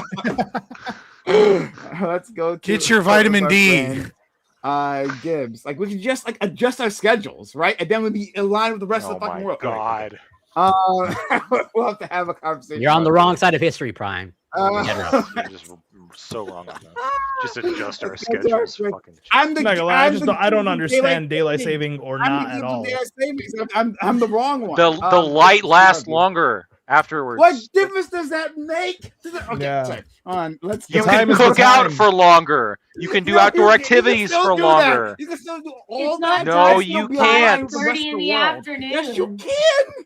Yes, Prime. Okay, right. Let's go. Let's Prime. You guys don't barbecue at night? This is more passion than the actual topic. I don't barbecue at night. No. I do. That's a I like bro. some sunlight. Hold on. Actually, get Southern or get Arab, baby. You're out there when it's pitch black, going through charcoal. I'm Lebanese. Yes, we barbecue at night outside of our backyard. That sounds much preferable to having it. Hold on. Beautiful sunset. It's an the opposite here. It's too hot in Lebanon. They get used to cooking at night. Cooking, during the day, bro. Like it's 1,000 degrees. I need the sun to be down. But if I'm barbecuing for like 12 hours straight, like fuck that. I'm sorry that you're a bad cook and not to take everything so fast on the grill. I don't want to be outside the heat. Well, go ahead, Gibbs. Yeah, and if you like that take, and many others, Admiral Gibbs everywhere. You're against daylight savings times, Gibbs? I'm not having an opinion actually. I don't think it matters say to that to him. be facetious. Yeah. I don't think it matters to most people. This matters actually a lot to me. I'm not even. It mattered like a lot, like in the fucking like before we had phones. Well, fundamentally, what matters most to me is like there's no time change whatsoever. If we're going for one time, like I'm okay with this, but fundamentally, I just want no time change. Okay, great. I would be the ones that like mad at those two. They don't care anymore. It's all digital. Bet you want us to fucking get on the metric system, you loser. Yes, I do. Like the rest of the world. Yeah, like the rest of the world. It would actually make sense. And like decrease like the economic friction, right? Barriers of entry and all that stuff. Are you saying that all the drug addicts and drug dealers will get better at math? Is that what you're saying? I mean, they're already great at math. Let's go to our friend Scott. I'm Scott. You can find me Fabian Liberty on YouTube or Twitter. I would just say, I like the Shia Revival. I feel like people should read it. And I know a lot of you out there only learn anything about the world when America starts bombing it. So now's your opportunity to learn about the beautiful culture of Iran and their love of poetry and the foundation of most monotheistic religions, Zoroastrianism. I fucked that word up. Zoroastrianism. There we go. Check it out. Check it out. Thanks so much, Scott. Our good friend Doobie, thanks for being here. Really appreciate you as always, friend. Yeah, thanks for having me. This reminded me of something, right? I think it was like last year. There was a Republican from Georgia, I think, and the topic of like free school lunches came up, right? Because the Republicans were planning to cut the program that provides free school lunches for children in this country. If only. Yeah. And what this guy said was like something like, a lot of these kids should be working at McDonald's instead, so they can afford their lunches. just like putting that into perspective, right? Because the cost of free school lunches, right, for the entire country, for every school system in the country, I think it was estimated like at $30 billion a year or some shit, right? So then that's too much money to spend. And putting that to context of this conflict, right? The fucking was it Cato or was it I forget which think tank said that if this goes on for like 4 to 5 weeks, which is what they're planning right now in the as like a baseline, right? 4 to 5 weeks of bombing, that's going to exceed like $600 billion, right? Got plenty of fucking money for that, right? But no money for our own people. Like this is fucking, it's crazy to me. Okay, I understand, Scott. You think it's all theft. I get it, but for them, like the fucking like, it just seems topsy turvy to me, right? They will pinch pennies, cut pennies in half to avoid doing anything to better the lives of our people. But as soon as there's somebody to bomb, spend all the fucking money you want. Like it's crazy to me. I just don't get it. For the record, also, I'm Doobie. Taxation is would make up for all of this, I'm sure. But also, free school lunch program is just a corporate handout to corporations that are poisoning our kids. So fuck that. Well, hold on. Well, Michelle Obama went to change that, right? Wanted to have healthier food in our schools, right? Republicans got in the way. Not you. I'm not saying putting this on you. Republicans made a big fucking deal about this for years. I've never been a Republican. I've been a Democrat before. I've never been a Republican. There are European countries that provide this. It's much cheaper per child, and they get far better food. So like it doesn't make any fucking sense. None of it makes any sense.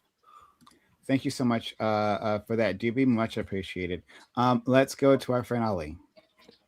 Yeah, it makes a bunch of sense. Doobie, America, they hate the people, right? The government hates the people, and most of these people wouldn't survive without the slave labor that Americans have to put in for these corporations and for the country to thrive and for them to tax us. To like Scott's point, it is all theft, right? But yeah, that's all it is. They don't care about the kids. They start a war, they get money, they make more money, and then it goes on. So and we just keep voting for these people, which is really the issue. And until Americans realize, Scott, I've always said I'm with you, brother. I've always said I agree with you the most. It's just practicality, right? It's just the practicality of it.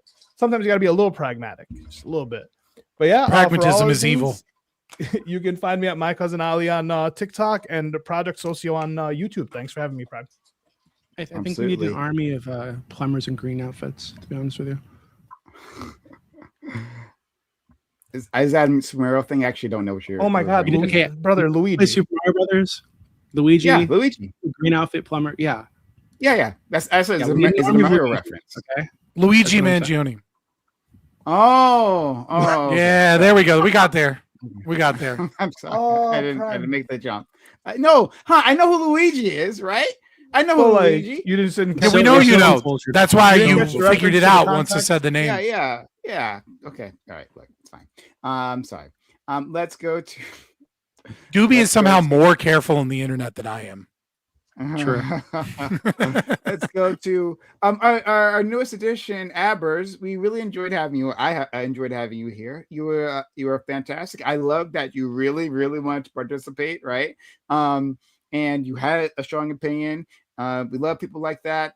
So hopefully you'll come back in the future. I know it's difficult for you because you have a scheduling conflict. But if it works out sometime in the future, we'd love to have you again. Thank you. You can find me on X at Avers09. You can find me on Twitch at Avers Unleashed, though I'm not there very often. I remain unconvinced that liberating the Persian people from tyranny was a bad thing. So I am going to go enjoy the heme that I made last night. So catch you guys later and celebrate the liberation of the Persian people. Absolutely. Today's Rothbard's birthday. Celebrate Rothbard.